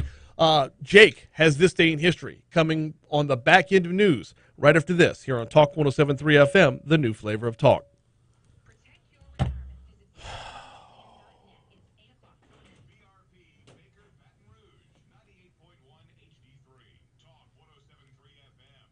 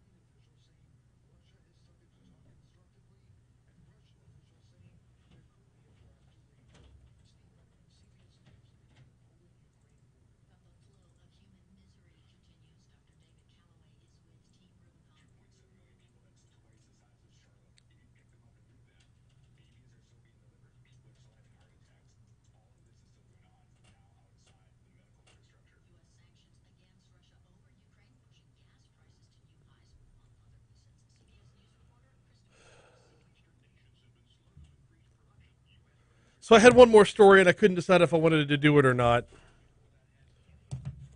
A Norwegian cruise lines ship that was scheduled to come back to New Orleans, some dude jumped off near Mexico.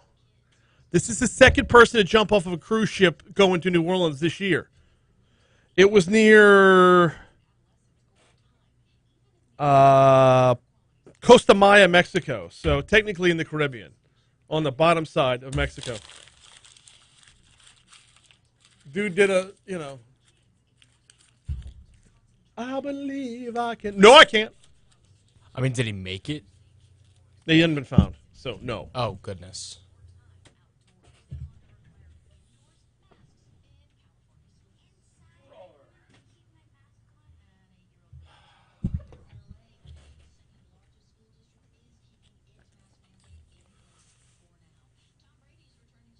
Oh, Tom Brady. Eh. That's 2 free jobs in the regular season. What? For who? Saints. Why? Because we've always beat them in the regular season. Oh. Anasiga Nicolazzi.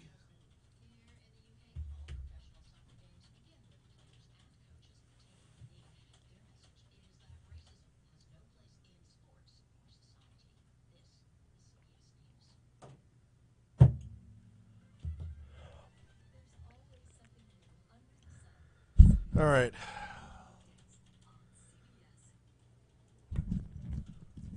Debbie says lottery and casino money should only go to education. Lottery money was promised education to get passed back in the day. That's why most voted for it. Yeah, and we didn't read the fine print. It did go to education, just not in the form you're thinking of. Like if I'm a mid-level bureaucrat and, like, let's say working for the Department of Children and Family Services, and there is some sort of seminar out in Las Vegas that lasts a week, I can go to that seminar all week long on the taxpayer's dime, and I learned something. So I've been educated.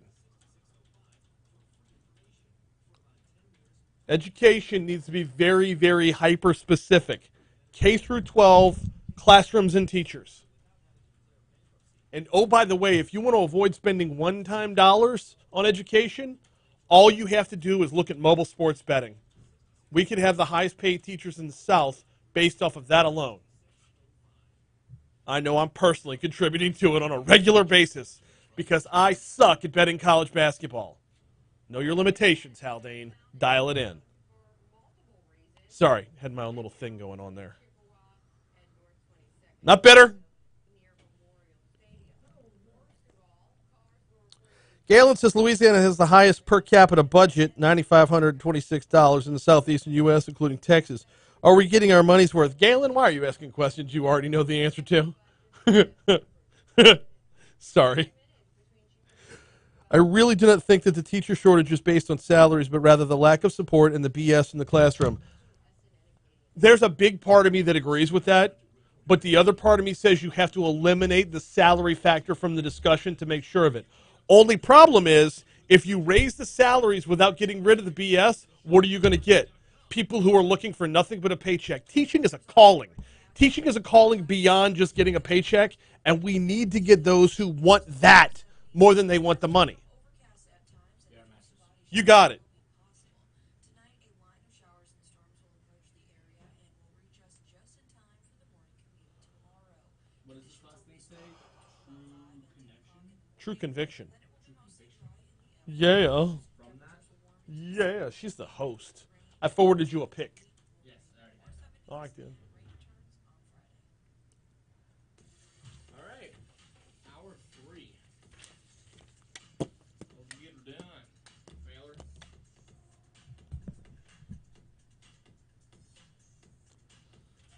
Woo.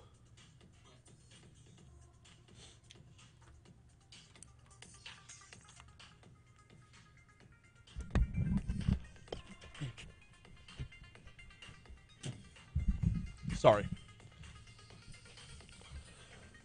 806 Talk 107.3 FM WBRP. Mornings with Brian Haldane rolling right along. Hour 3 coming your way right now. We've got a busy hour. Yes, we've talked a lot about the legislative session that opens today. We're going to move on to some other topics, though, and we'll dive back into this. I don't know. I've got something in store for the last segment that is going to be brutal. But we're stepping away from the session for this hour. Jake's going to have this day in history in just a minute. Also this hour, 8:15, Anasiga Nicolazzi is the host of True Conviction on Investigation Discovery. She joined us, I guess it was almost a year ago, to talk about Season 3 of True Conviction. Well, guess what? It's overwhelmingly popular, and we're here to talk about Season 4. What is it about true crime? True crime podcasts, Investigation Discovery, the network as a whole. Season 4 is on its way, and we're going to talk about it in our next segment. Also this hour, Hunt Palmer, co-host of the show Hunt and Hill over on ESPN 104.5, is going to join us at 8:40 to talk about Will Wade being fired. You know, Saturday, take care of the parentaling stuff, you know, bringing the kids all over creation. I shouldn't say all over creation. Basketball practice, basketball games, a basketball tryout for one, which fingers crossed. But you get back home, you feel a little groggy, a little tired, not really up to snuff for the Saturday, so went to lay down on my mattress from the Baton Rouge Mattress outlet. More on that in a second. Wake up from a quick nap, and like my phone had exploded. Will Wade fired. Dude, have you heard? No, I just woke up. Any Hoosers. Hey, mentioned the Baton Rouge Mattress outlet and my Sealy Beauty Rest Black Label. That was the mattress that was perfect for me and my wife. We found it at 4065 Florida Boulevard. Now, Baton Rouge Mattress Outlet has 2 locations. One is in Mid-City on Florida Boulevard. The other is on the corner of Jefferson and Houcheteux, right next to Just Winging It, that little shopping center right there. Both locations have a ton of mattresses for you to test out. Both locations have fantastic deals. Both locations, you will get free delivery and a free pillow if you mention my name. We just sprung forward by an hour. We just lost an hour's worth of sleep night before last. Well, make sure you get the most of the sleep that you're getting by having a fantastic mattress from the Baton Rouge Mattress Outlet. Mitch is ready to take care of you. Like I said, free delivery and a free pillow if you mention you heard about it right here. 4065 Florida Boulevard or the corner of Jefferson and Houcheteux. All right, this day in history. I'm going to go ahead and give the spoiler alert. What happened on this Pi Day, Jake?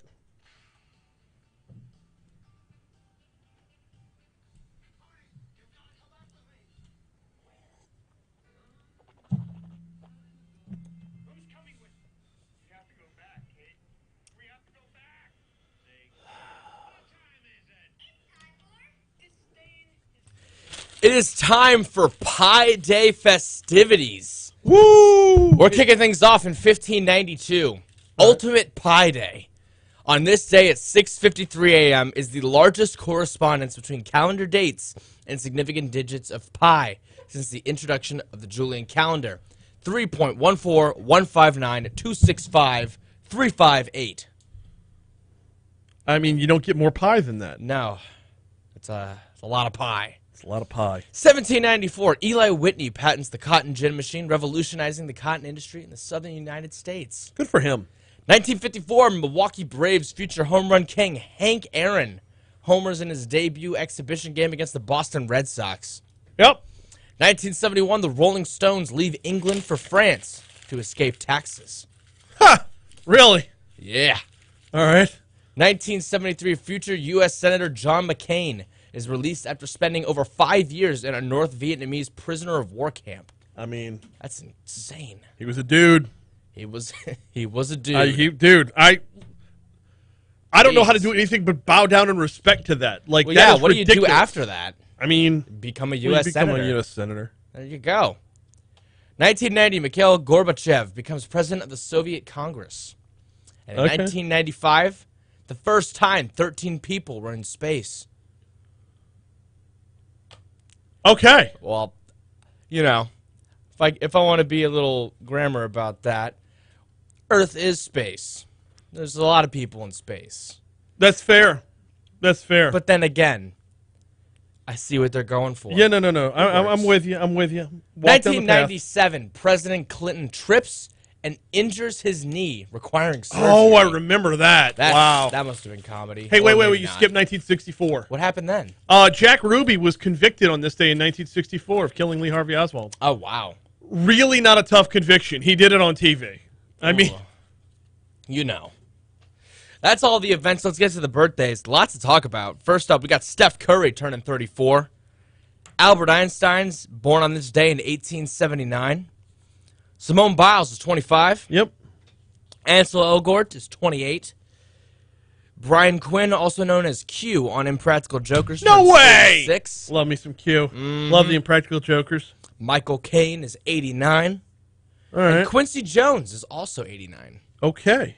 That's all the birthdays I got. What you got for me, Brian? Grandmama. It's Grandmama's birthday today. Larry Johnson, former Hornets and Knicks forward. There you go. You got to see there's a whole series of commercials with Nike.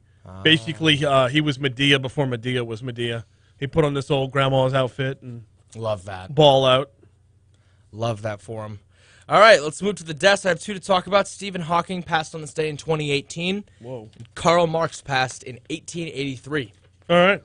Holidays. It is National Pie Day. Yes, it is. It is National Potato Chip Day.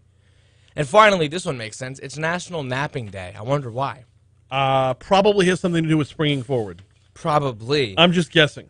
But that is This Day in History. That is This Day in History. We are due up for a break. Hey, before we take that break, got to remind you about the folks over at Mathern's Market. Oh, I went by on Friday. So, went by on Friday, got myself some boiled shrimp. It is Lent, right? Everybody's doing their Lenten thing. Well, everybody normally does boiled crawfish. This Friday at Mattress, you can get your boiled crawfish. Both locations, downtown on 3rd Street and on Nicholson in the Nicholson Gateway Shopping Center. I know they've got the boiled crawfish on Nicholson. I think they have them on downtown as well. But we'll run with the location across the street from Tiger Stadium for now. But last Friday was boiled shrimp. Man, they were fantastic. Could not have stacked up for a better Friday lunch. Like I said, it is the Lenten season. This is how we do in South Louisiana. And like, you can get boiled crawfish anywhere. Not everybody's pumping out the boiled shrimp. But this week, it will be boiled crawfish over at Mattress. Or if you're running through to get yourself from the deli counter, their fried catfish is phenomenal as well. But we don't have to worry about that until Friday. They've got great lunches every day of the week. And oh, by the way, a full-service grocery store as well. You'll find them downtown on 3rd Street. You will find them right across the street from Tiger Stadium. It is Mattress Supermarket. Anasiga Nicolazzi, host of True Conviction, joins us next. All right.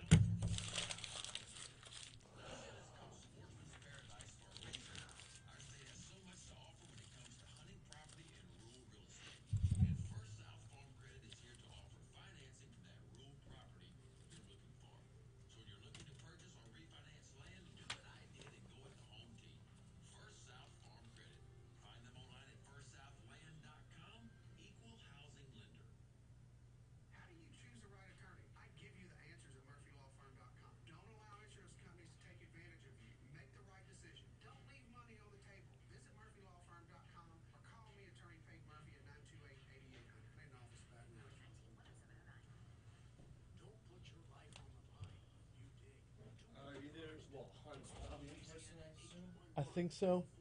What about Anna? Well, she's on the phone.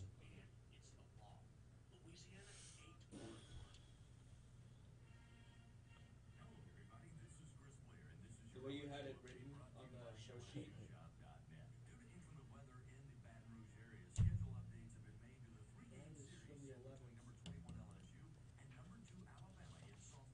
Yep. Yeah.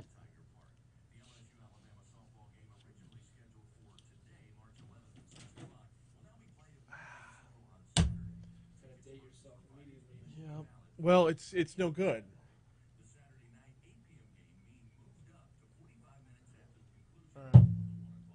Yeah, she should be calling in already.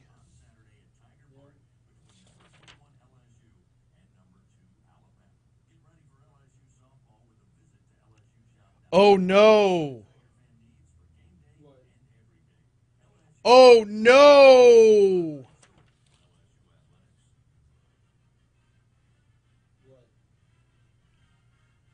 This is. Oh no! We got our time zones jacked up. This is next hour.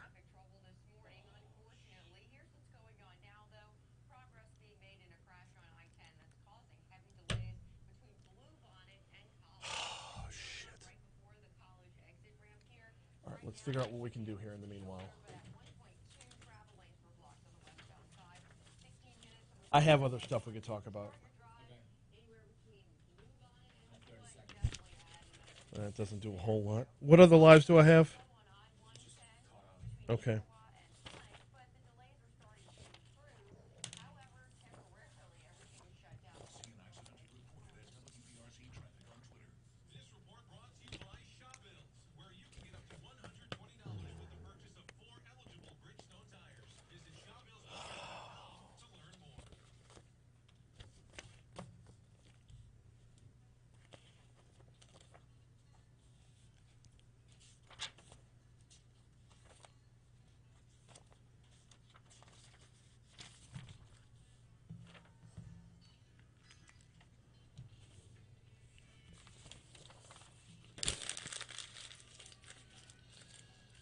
.817. Talk 107.3 FM, WBRP. Mornings with Brian Haldane, rolling right along. All right, so we've got to kind of shift on the fly and make some changes here in this segment because, and I apologize for this, we had a time zone snafu. When I see 9:15 written down for something coming out of a New York office, that means 9:15 Eastern time. Well, apparently their offices adjusted for Central Time.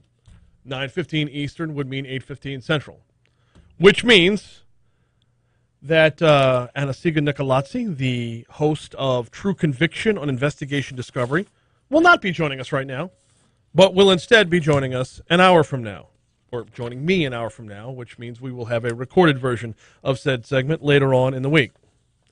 So, this actually frees up some time for us to get into some other topics that I was hoping to get to today.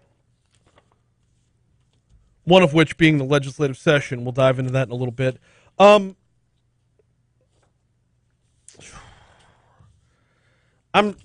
tinkering with the idea. This is kind of looking ahead to tomorrow's show as well. Tinkering with the idea of got to take Congressman Troy Carter to task here. And I'm going to bring this up when he hops on with us tomorrow. And we'll get to this legislative session in just a little bit. Got a press release from the Congressman's office, 4 p.m. Saturday. Not really peak news hours, 4 p.m. Saturday. The headline of the press release from Congressman Carter's office reads, 1 year later, Representative Carter highlights unprecedented recovery powered by Democrats' American Rescue Plan. Let me read that again just to make sure I got it right. 1 year later, Representative Carter highlights unprecedented recovery powered by Democrats' American Rescue Plan. It leads off, the lead sentence, 1 year since Democrats' American Rescue Plan was signed into law, Congressman Troy Carter highlighted how this legislation changed the course of the pandemic, put working Louisianans back on the path to financial security, and supported police officers, firefighters, healthcare workers, and other frontline heroes. The American Rescue Plan gave Louisianans reason to hope that we could finally defeat this pandemic, said Congressman Carter. Thanks to Democrats' leadership, that hope was given way to results. 2.45 million Louisianans have been vaccinated, and Louisiana's unemployment rate has plummeted to 4.4%. This historic legislation kick-started a historic recovery, delivering the resources needed to get vaccines in arms, monies in pockets, workers back on jobs, and kids safely back at school. I got to stop right there. Remember back when this plan was touted? All we heard was bipartisan legislation, bipartisan legislation. Senator Bill Cassidy was a huge part of this on the front end, helping get this thing passed. There was other legislation that was 100% Democrats that failed and failed miserably.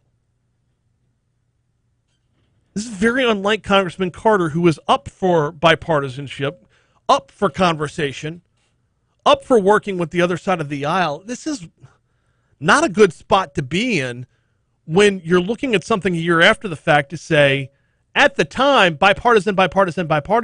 Once you've got the victory to say, hey, it was all us, Podna. I have the congressman on at 8:40 every Tuesday, and I have my time zones right on that one. I have the congressman on 8:40 every Tuesday. I might have to bring this one up tomorrow.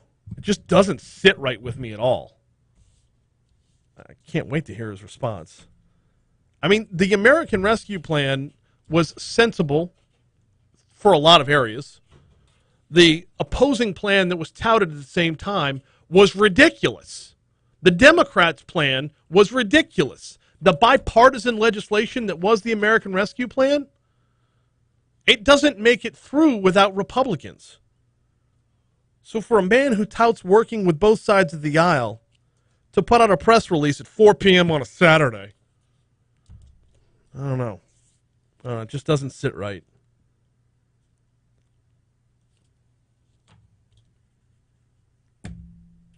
All right, we're going to dive back into this legislative session in just a second. Got to remind you about the folks over at Go Slim Nutrition.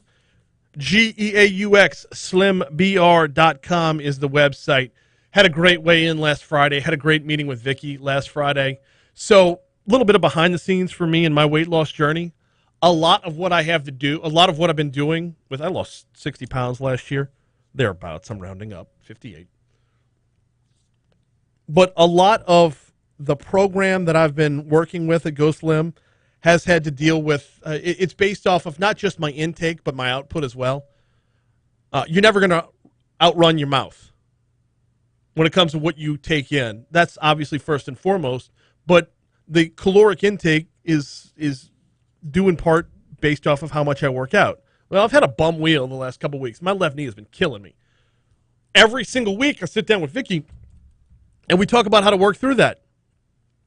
We look at the calendar. What have you got going on? What's going on in your life that's going to affect your diet? We look at the workout schedule. We look at the times in which I eat. We look at sleep patterns, water intake. All of it is very, very comprehensive, and it's all about accountability and teamwork. Vicky and her team over at Go Slim Nutrition have been absolutely fantastic from start to, well, not finished yet, but start to date. You can get diet food anywhere, and the food at Go Slim is top-notch. The bars, the shakes, the meals, you name it. I swear by it. I love it. But it's the accountability. It's sitting down every single week saying, all right, here's where I messed up. All right, here's what I've got coming up next week. And all right, here's how I can work my way through it to make sure I'm staying on the right path. 763-9600 is the phone number.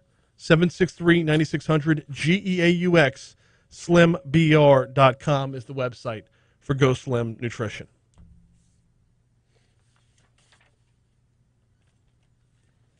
This this Friday should be fun. Dropped 2.5 pounds last week, and quite honestly, I put on a pound during the Mardi Gras week. So looking forward to more over at the corner of Blue Bonnet at Perkins, right next door to Rouse's for Go Slim Nutrition. All right, back to this year's legislative session. The regular legislative session gets underway today. I always love the first day of the session. Normally I'll have a couple more legislators on during the show to talk about it, but honestly, not a whole lot gets done on day one. It's a lot like the first day of school. You get back there, you figure out where your locker is, you map out your class schedule. That's kind of how it works for doling bills out to committee and figuring out what committee rooms you need to be in. The big business doesn't really happen until things get through committee and on their way towards the full legislative floor. So don't sweat it. We're going to have a ton of legislators on throughout the session. But there's a level of excitement that comes along with the first day of a legislative session as well. A level of hope. It's like being a Mets fan on opening day. You know the inevitable is going to happen later on, but you could believe in it until May. All right? Bad analogy. Not enough Mets fans out there. We need more. But the opening day of the legislative session, there's a level of excitement within the building. There's a level of excitement, not just within the building, but for those that are in and around Baton Rouge, where hope is renewed eternal, right? A couple of things being looked at. Actually, let's dive into a couple of things being looked at by the Baton Rouge Area Chamber. We were going to talk about this tomorrow. We are going to talk about this tomorrow with the Chamber. But they've got a number of transportation and infrastructure projects that are topping their legislative priorities. Press release was sent out last Wednesday. The Baton Rouge Area Chamber announced the priorities for which their organization will advocate during the 2022 regular session of the Louisiana Legislature, which begins today. Chief priority will be transportation infrastructure, namely safeguarding the proposed $500 million allocation towards a new Mississippi River Bridge. BRAC will also advocate for legislation aimed at enhancing economic competitiveness and bolstering the talent pipeline. Their legislative priorities, in summary, not diving too deep into the minutia, but in summary, their legislative priorities include continue to address the Capital Region's transportation crisis, specifically through safeguarding the $500 million commitment towards a new Mississippi River Bridge, fully funding the I-10 widening, and advancing passenger rail service between Baton Rouge and New Orleans. Just guessing, 2 out of 3 won't be bad there. Hanging on to that $500 million and hopefully propelling it towards the rest of the money that's going to be needed to build a bridge, which is now going to be well in excess of $1 billion. That needs to be priority number 1 for the Baton Rouge Area Chamber. Like, I understand transportation overall, yes, but even within that, bridge number 1, widening I-10 number 2. A lot of that is because the widening of I-10 is kind of already in the works. DOTD Secretary Sean Wilson was the guest speaker at the Rotary Club last Wednesday. Oh, he broke down projects. He broke down what's to come over the next 3-4 years Get ready for it, y'all. Get ready for a ton of delays on the interstate. Get ready for closures. Get ready for rerouting. Get ready for a bunch of orange barrels in both directions on 10. And I want to throw this out as a question for YouTube. If you're watching us on YouTube, please sound off on this. As we get into construction on the interstate and lane closures and whatnot, if you are a regular commuter of the interstate, what's it going to take to get you to change your habit?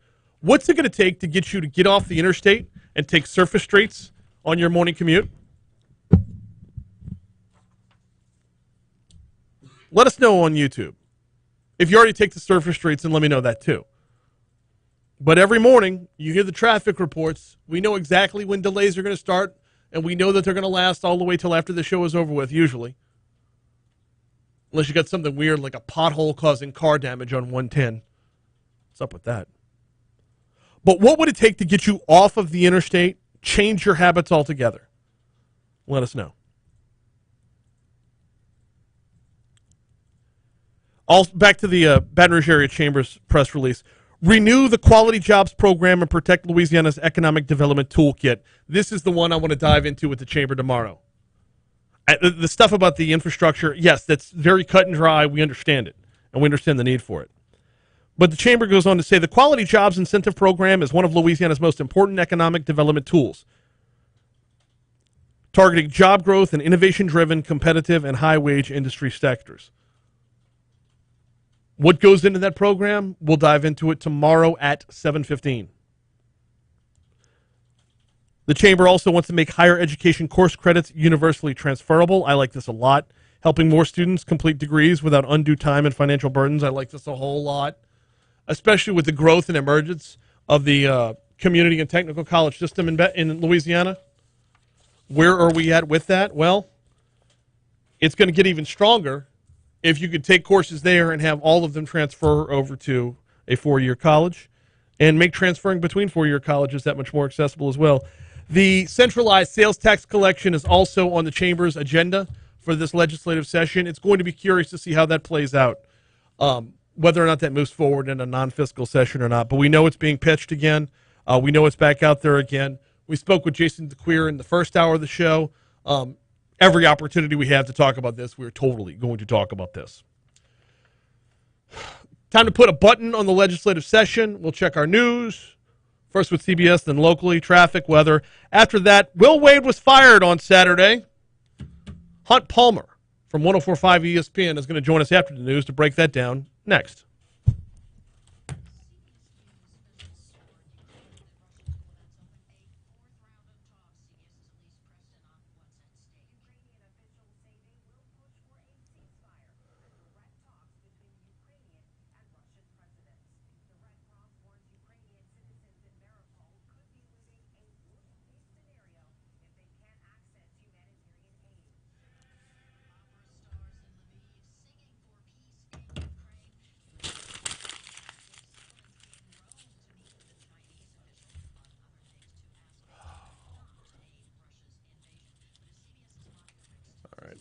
I'm after the show. Hey, y'all, after the show, I'm immediately getting out of here because I got to go upstairs to the meeting. I'll be back down to do my interview, but I'm going to have to blast out immediately. So it looks like Galen is talking about.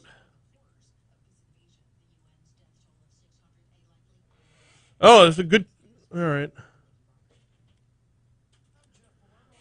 About pensions versus Social Security. All right.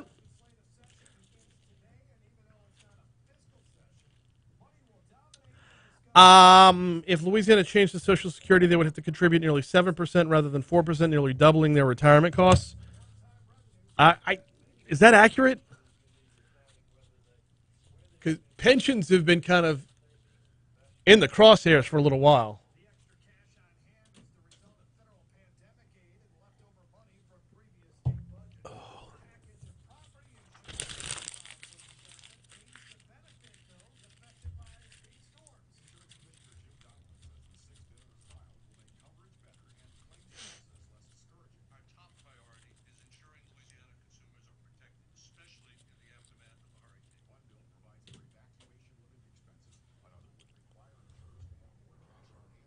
Troy says, I changed my commute habits years ago. If it wasn't gridlock, it's drag racing or road rage.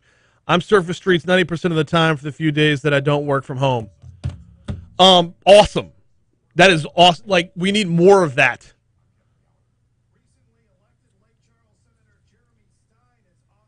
Now, I got to tell you, like, what's amazing is the number of people who won't get any further north than Florida. I'll take it at Florida, absolutely. I'm amazed every single day with the lack of people on North Boulevard, which is technically south of Florida. But if I really want to get home in a hurry, I'll get up to Choctaw. If I want to get from downtown to Sherwood in no time, I'll hop up to Choctaw. And it feels weird because you're physically going away from your location, but you get there sooner. Why? Nobody else on the road.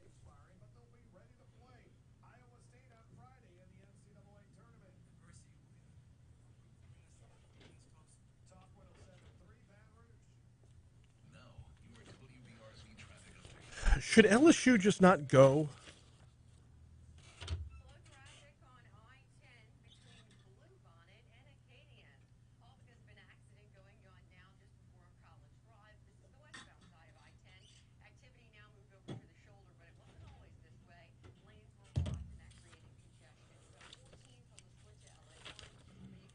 I'm so pissed at myself for this.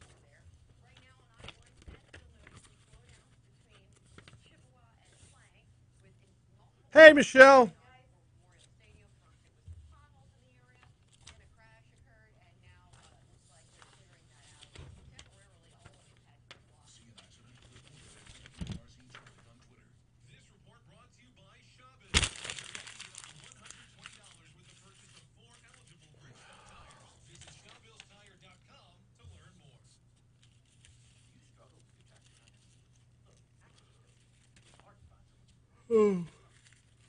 There he is.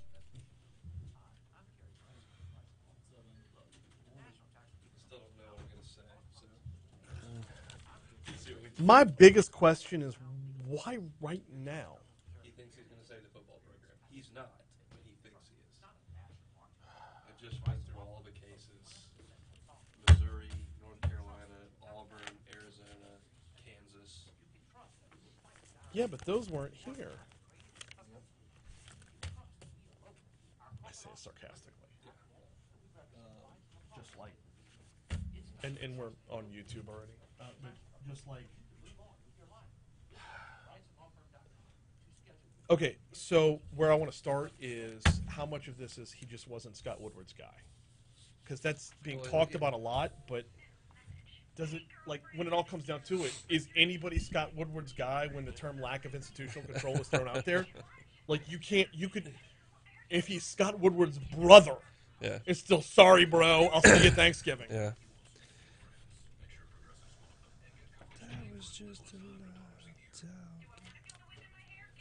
I just screwed up big time and had to vamp for an entire segment. I thought that meant Eastern. And then I looked over here and saw. Nope. Yeah. Yeah. So an interview I had slated for 8:15, 9:15 Eastern. Nope. Was 9:15, 10:15 Eastern. Hey, you're not on them. Do what? You're not on. Oh, wait. No, you're not on them. No. No, I'm going to scooch up to the Monday meeting and scooch right the hell back down 10 minutes later.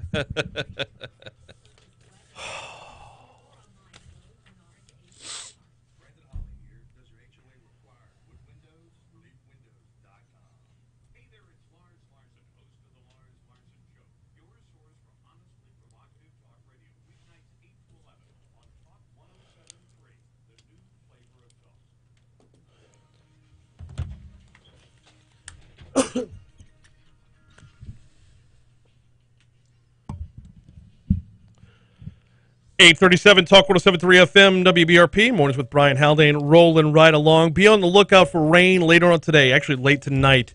We've got a 100% chance of rain in the forecast. Overnight low tonight down to 57. We're going to top out in the mid 70s tomorrow and Wednesday. Upper 70s by Thursday. Right now we're at 54 degrees in downtown Baton Rouge. All right, so Saturday afternoon, Will Wade was fired. Joining us now to talk about that, he's the co-host of Hunt and Hill on 104.5 ESPN. Hunt Palmer. Hunt, how are you, sir? Got anything to talk about? I mean, is there a way I think we can fill 2 hours from noon to 2 today on I think 104.5. you could fill 2 hours without even getting to the basketball that's still yet to be played. Yeah. All right, where to start here? Let's start by dialing the clock all the way back to 2019 and the rewriting of the contract. Yeah.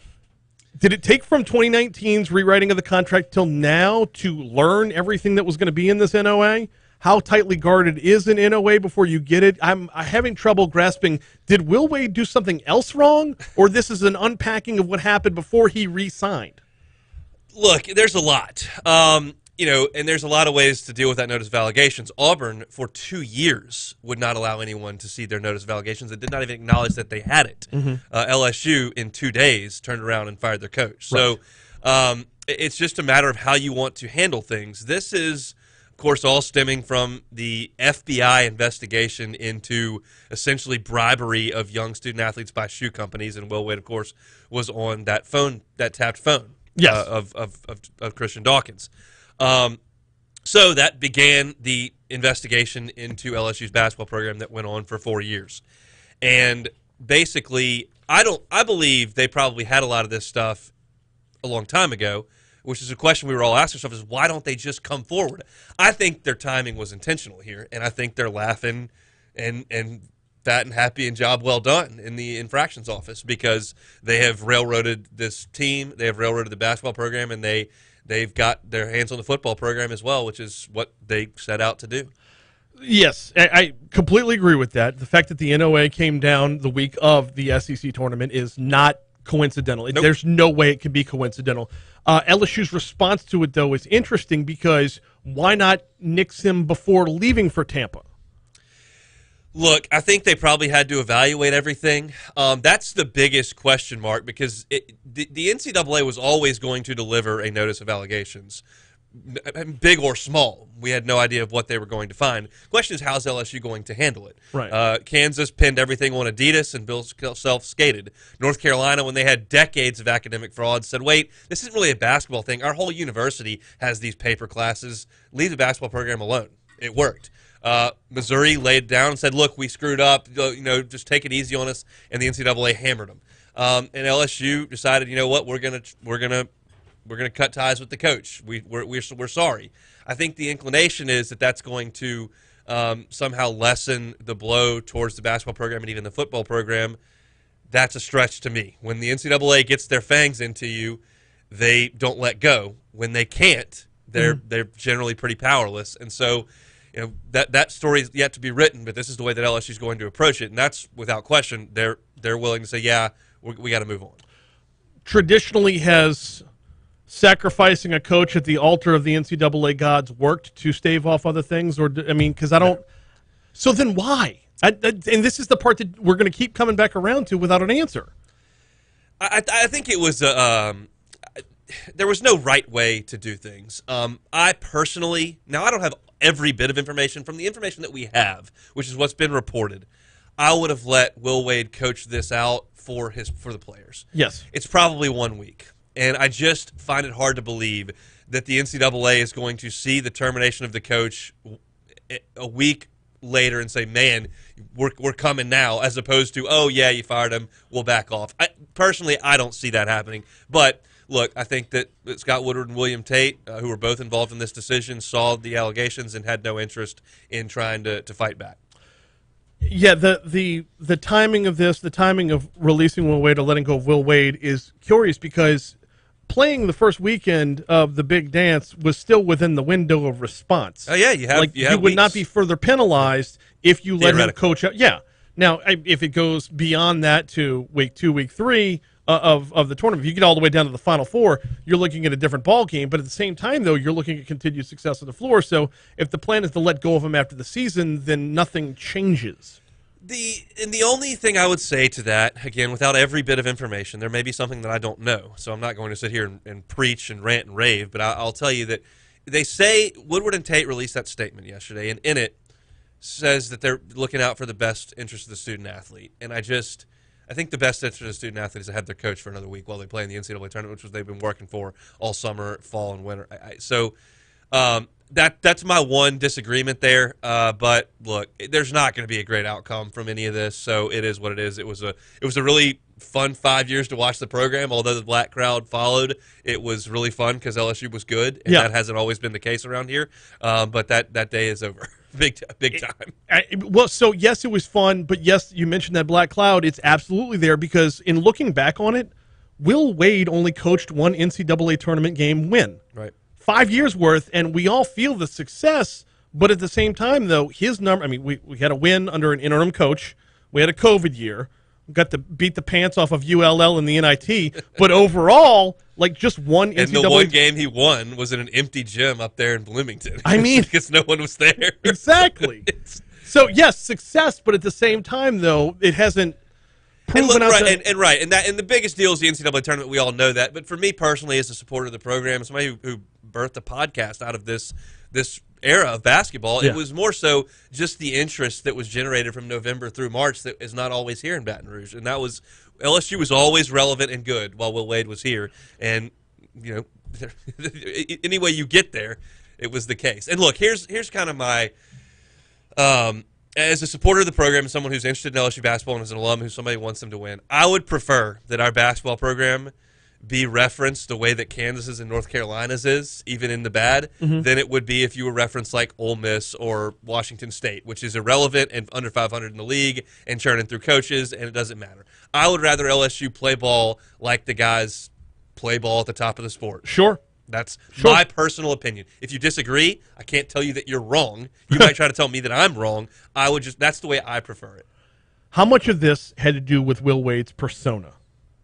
From the vindictiveness of the NCAA to the manner in which he was let go. Hey, Will Wade can be a little, edgy's a good word. But if he's not on the tape on the wiretap, then none of this ever happens. I mean, it was just, and this is why I used the word unlucky on Twitter in terms of this is unlucky for LSU that it all got wound up in this, and a lot of people pushed back on that. I personally don't think it's a great break that you were in the middle of recruiting and the FBI started tapping phones. Right. The NCAA doesn't tap phones. The FBI started tapping phones, and that was when that voice showed up on the recording. That was essentially the beginning of the end. It just took 4 years. A lot of folks got on Will Wade for quote-unquote not being careful about it, but is there any way you could see the FBI tapping it? No. For example, other programs that have skated other allegations, were they under the same level of scrutiny?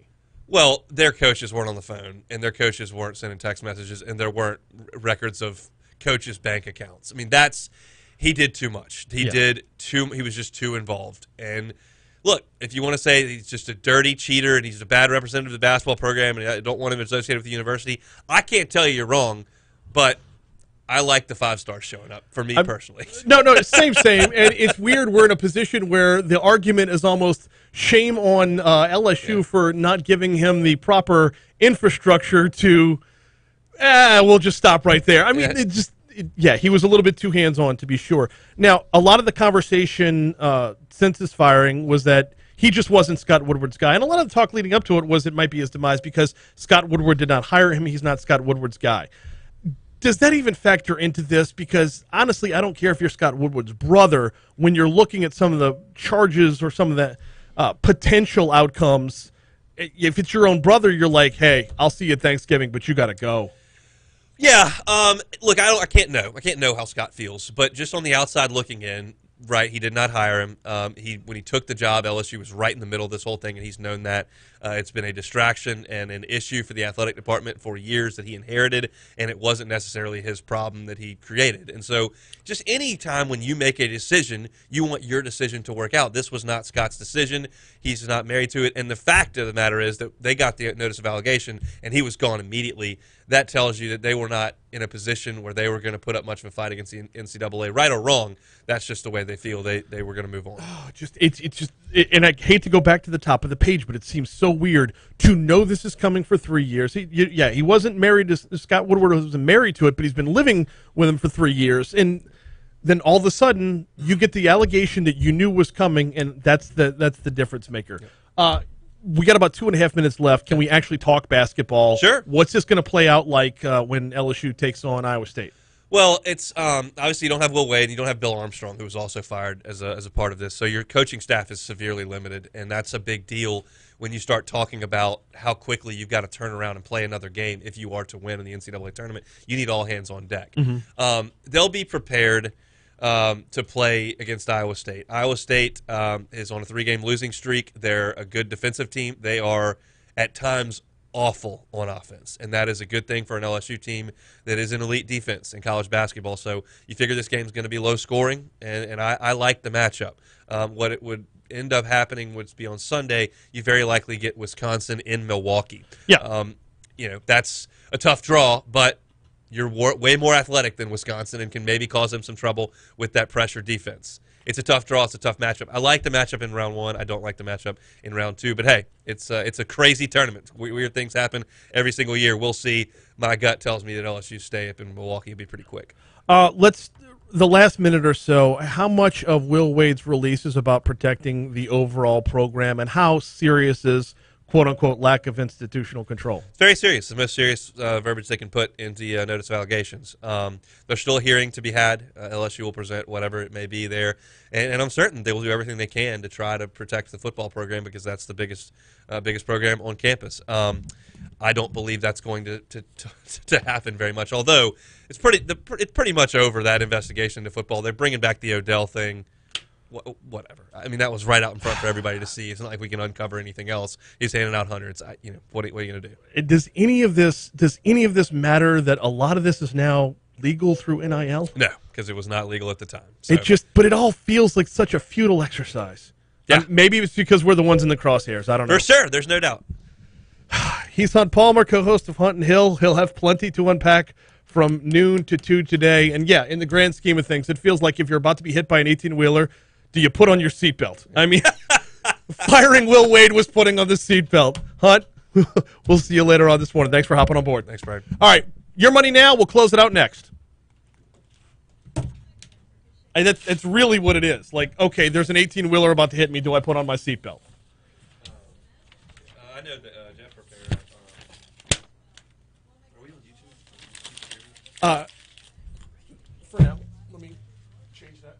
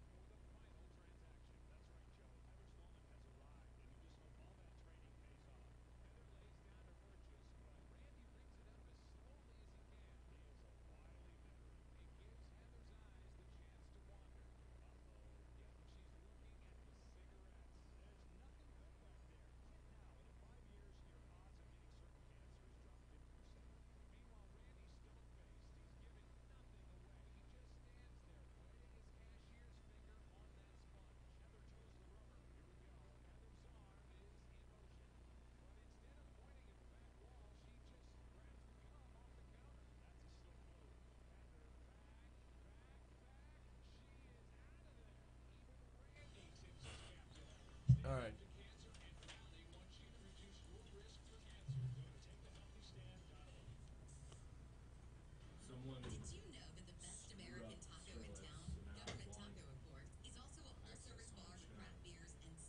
You lost access? No, I haven't. The export page. Yeah. Can't close out of it, and the button that would get you out of it is below the entire desktop. I tried closing the app and it doesn't work. So I'm picking times, saving it, exporting it to here, and just chopping it. Okay. All good.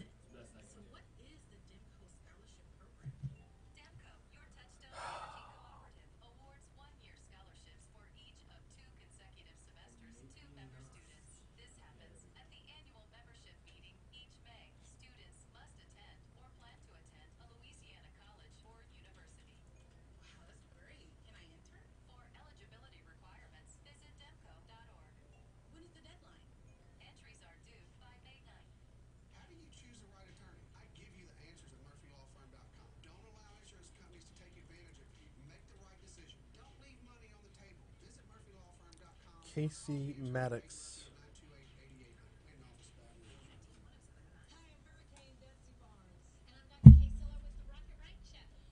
Oh my God. What? It was perfect timing. Okay. I nailed it. Scared me there.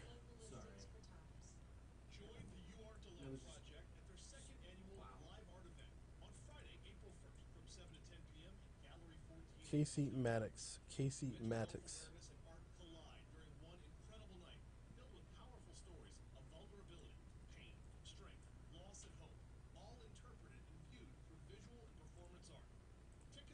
Verified.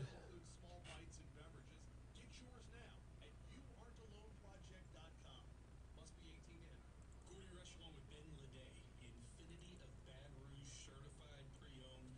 And Ben, you've got a great selection of inventory right now. Gardy, you're right. We sure do. Our certified pre-owned Infinity inventory is the largest in the area. It comes back with a certified warranty that's up to 6 years, unlimited mileage. Also 1 year of complimentary maintenance, a Carfax 3-year buyback guarantee, really great finance rates and terms, and best of all, a 167-point inspection by factory-trained technicians. When these vehicles are held to a competition, we make it transparent, stress-free, and easy to buy with us. Infinity of Baton Rouge Pre-Owned Center, located Airline Highway, south of Siegen and Sherwood, or you can visit this great inventory online at infinityofbr.com. Now, your WBRZ traffic updates from Ashley Rouge. I can't find the original story now.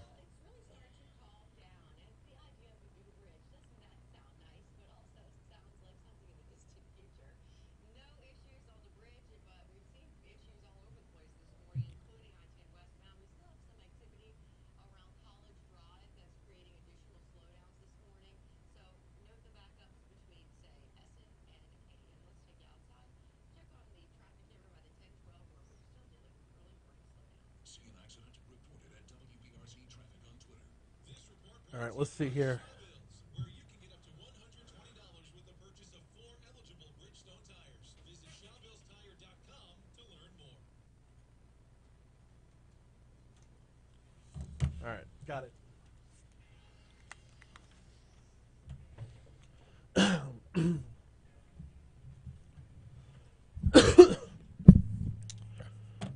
8:56 Talk 107.3 FM WBRP. One segment to go here on Mornings with Brian Haldane.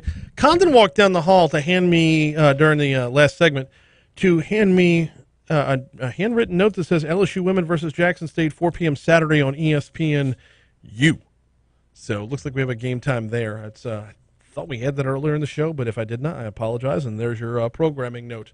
4 p.m. Saturday, which makes LSU men 6:20 on Friday evening. Which, by my count, ought to bump baseball over to 100.7 the Tiger. And then we'll still have softball right here. Okay.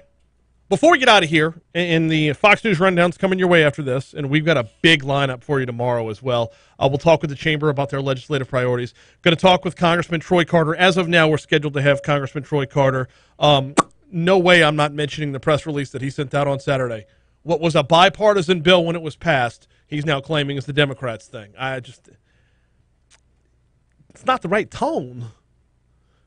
Anyway, we got a lot more tomorrow as well. Brad Myers running for judge. We'll talk with him. So,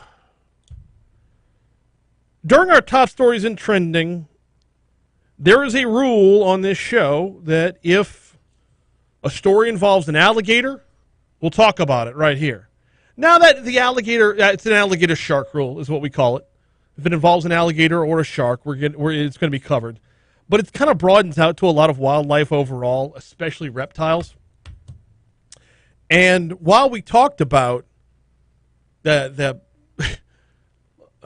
rather gruesome story where individual body parts of a man were found inside an alligator-infested canal in Florida, I bumped another story out from trending, and I think this story is actually more intriguing. So I wanted to touch on it before we got out of here. Our news partners at WBRZ headed up with an unbelievable picture. here's the story. Per the Associated Press, a man who tried to slither past U.S. border agents in California had 52 lizards and snakes hidden in his clothing, authorities said Tuesday. So the story dates back to last week. The man was driving a truck when he arrived at the San Isidro border crossing with Mexico on February 25th, was pulled out for additional inspection, U.S. Customs and Border Protection said in a statement. Quote, agents found 52 live reptiles tied up in small bags, which were concealed in the man's jacket, pants pockets, and groin area. Is that a snake in your pants? Yes, many. 9 snakes and 43 horned lizards were seized. Some of the species are considered endangered. Here's my question for you. How much would you have to be paid to smuggle snakes in your pants?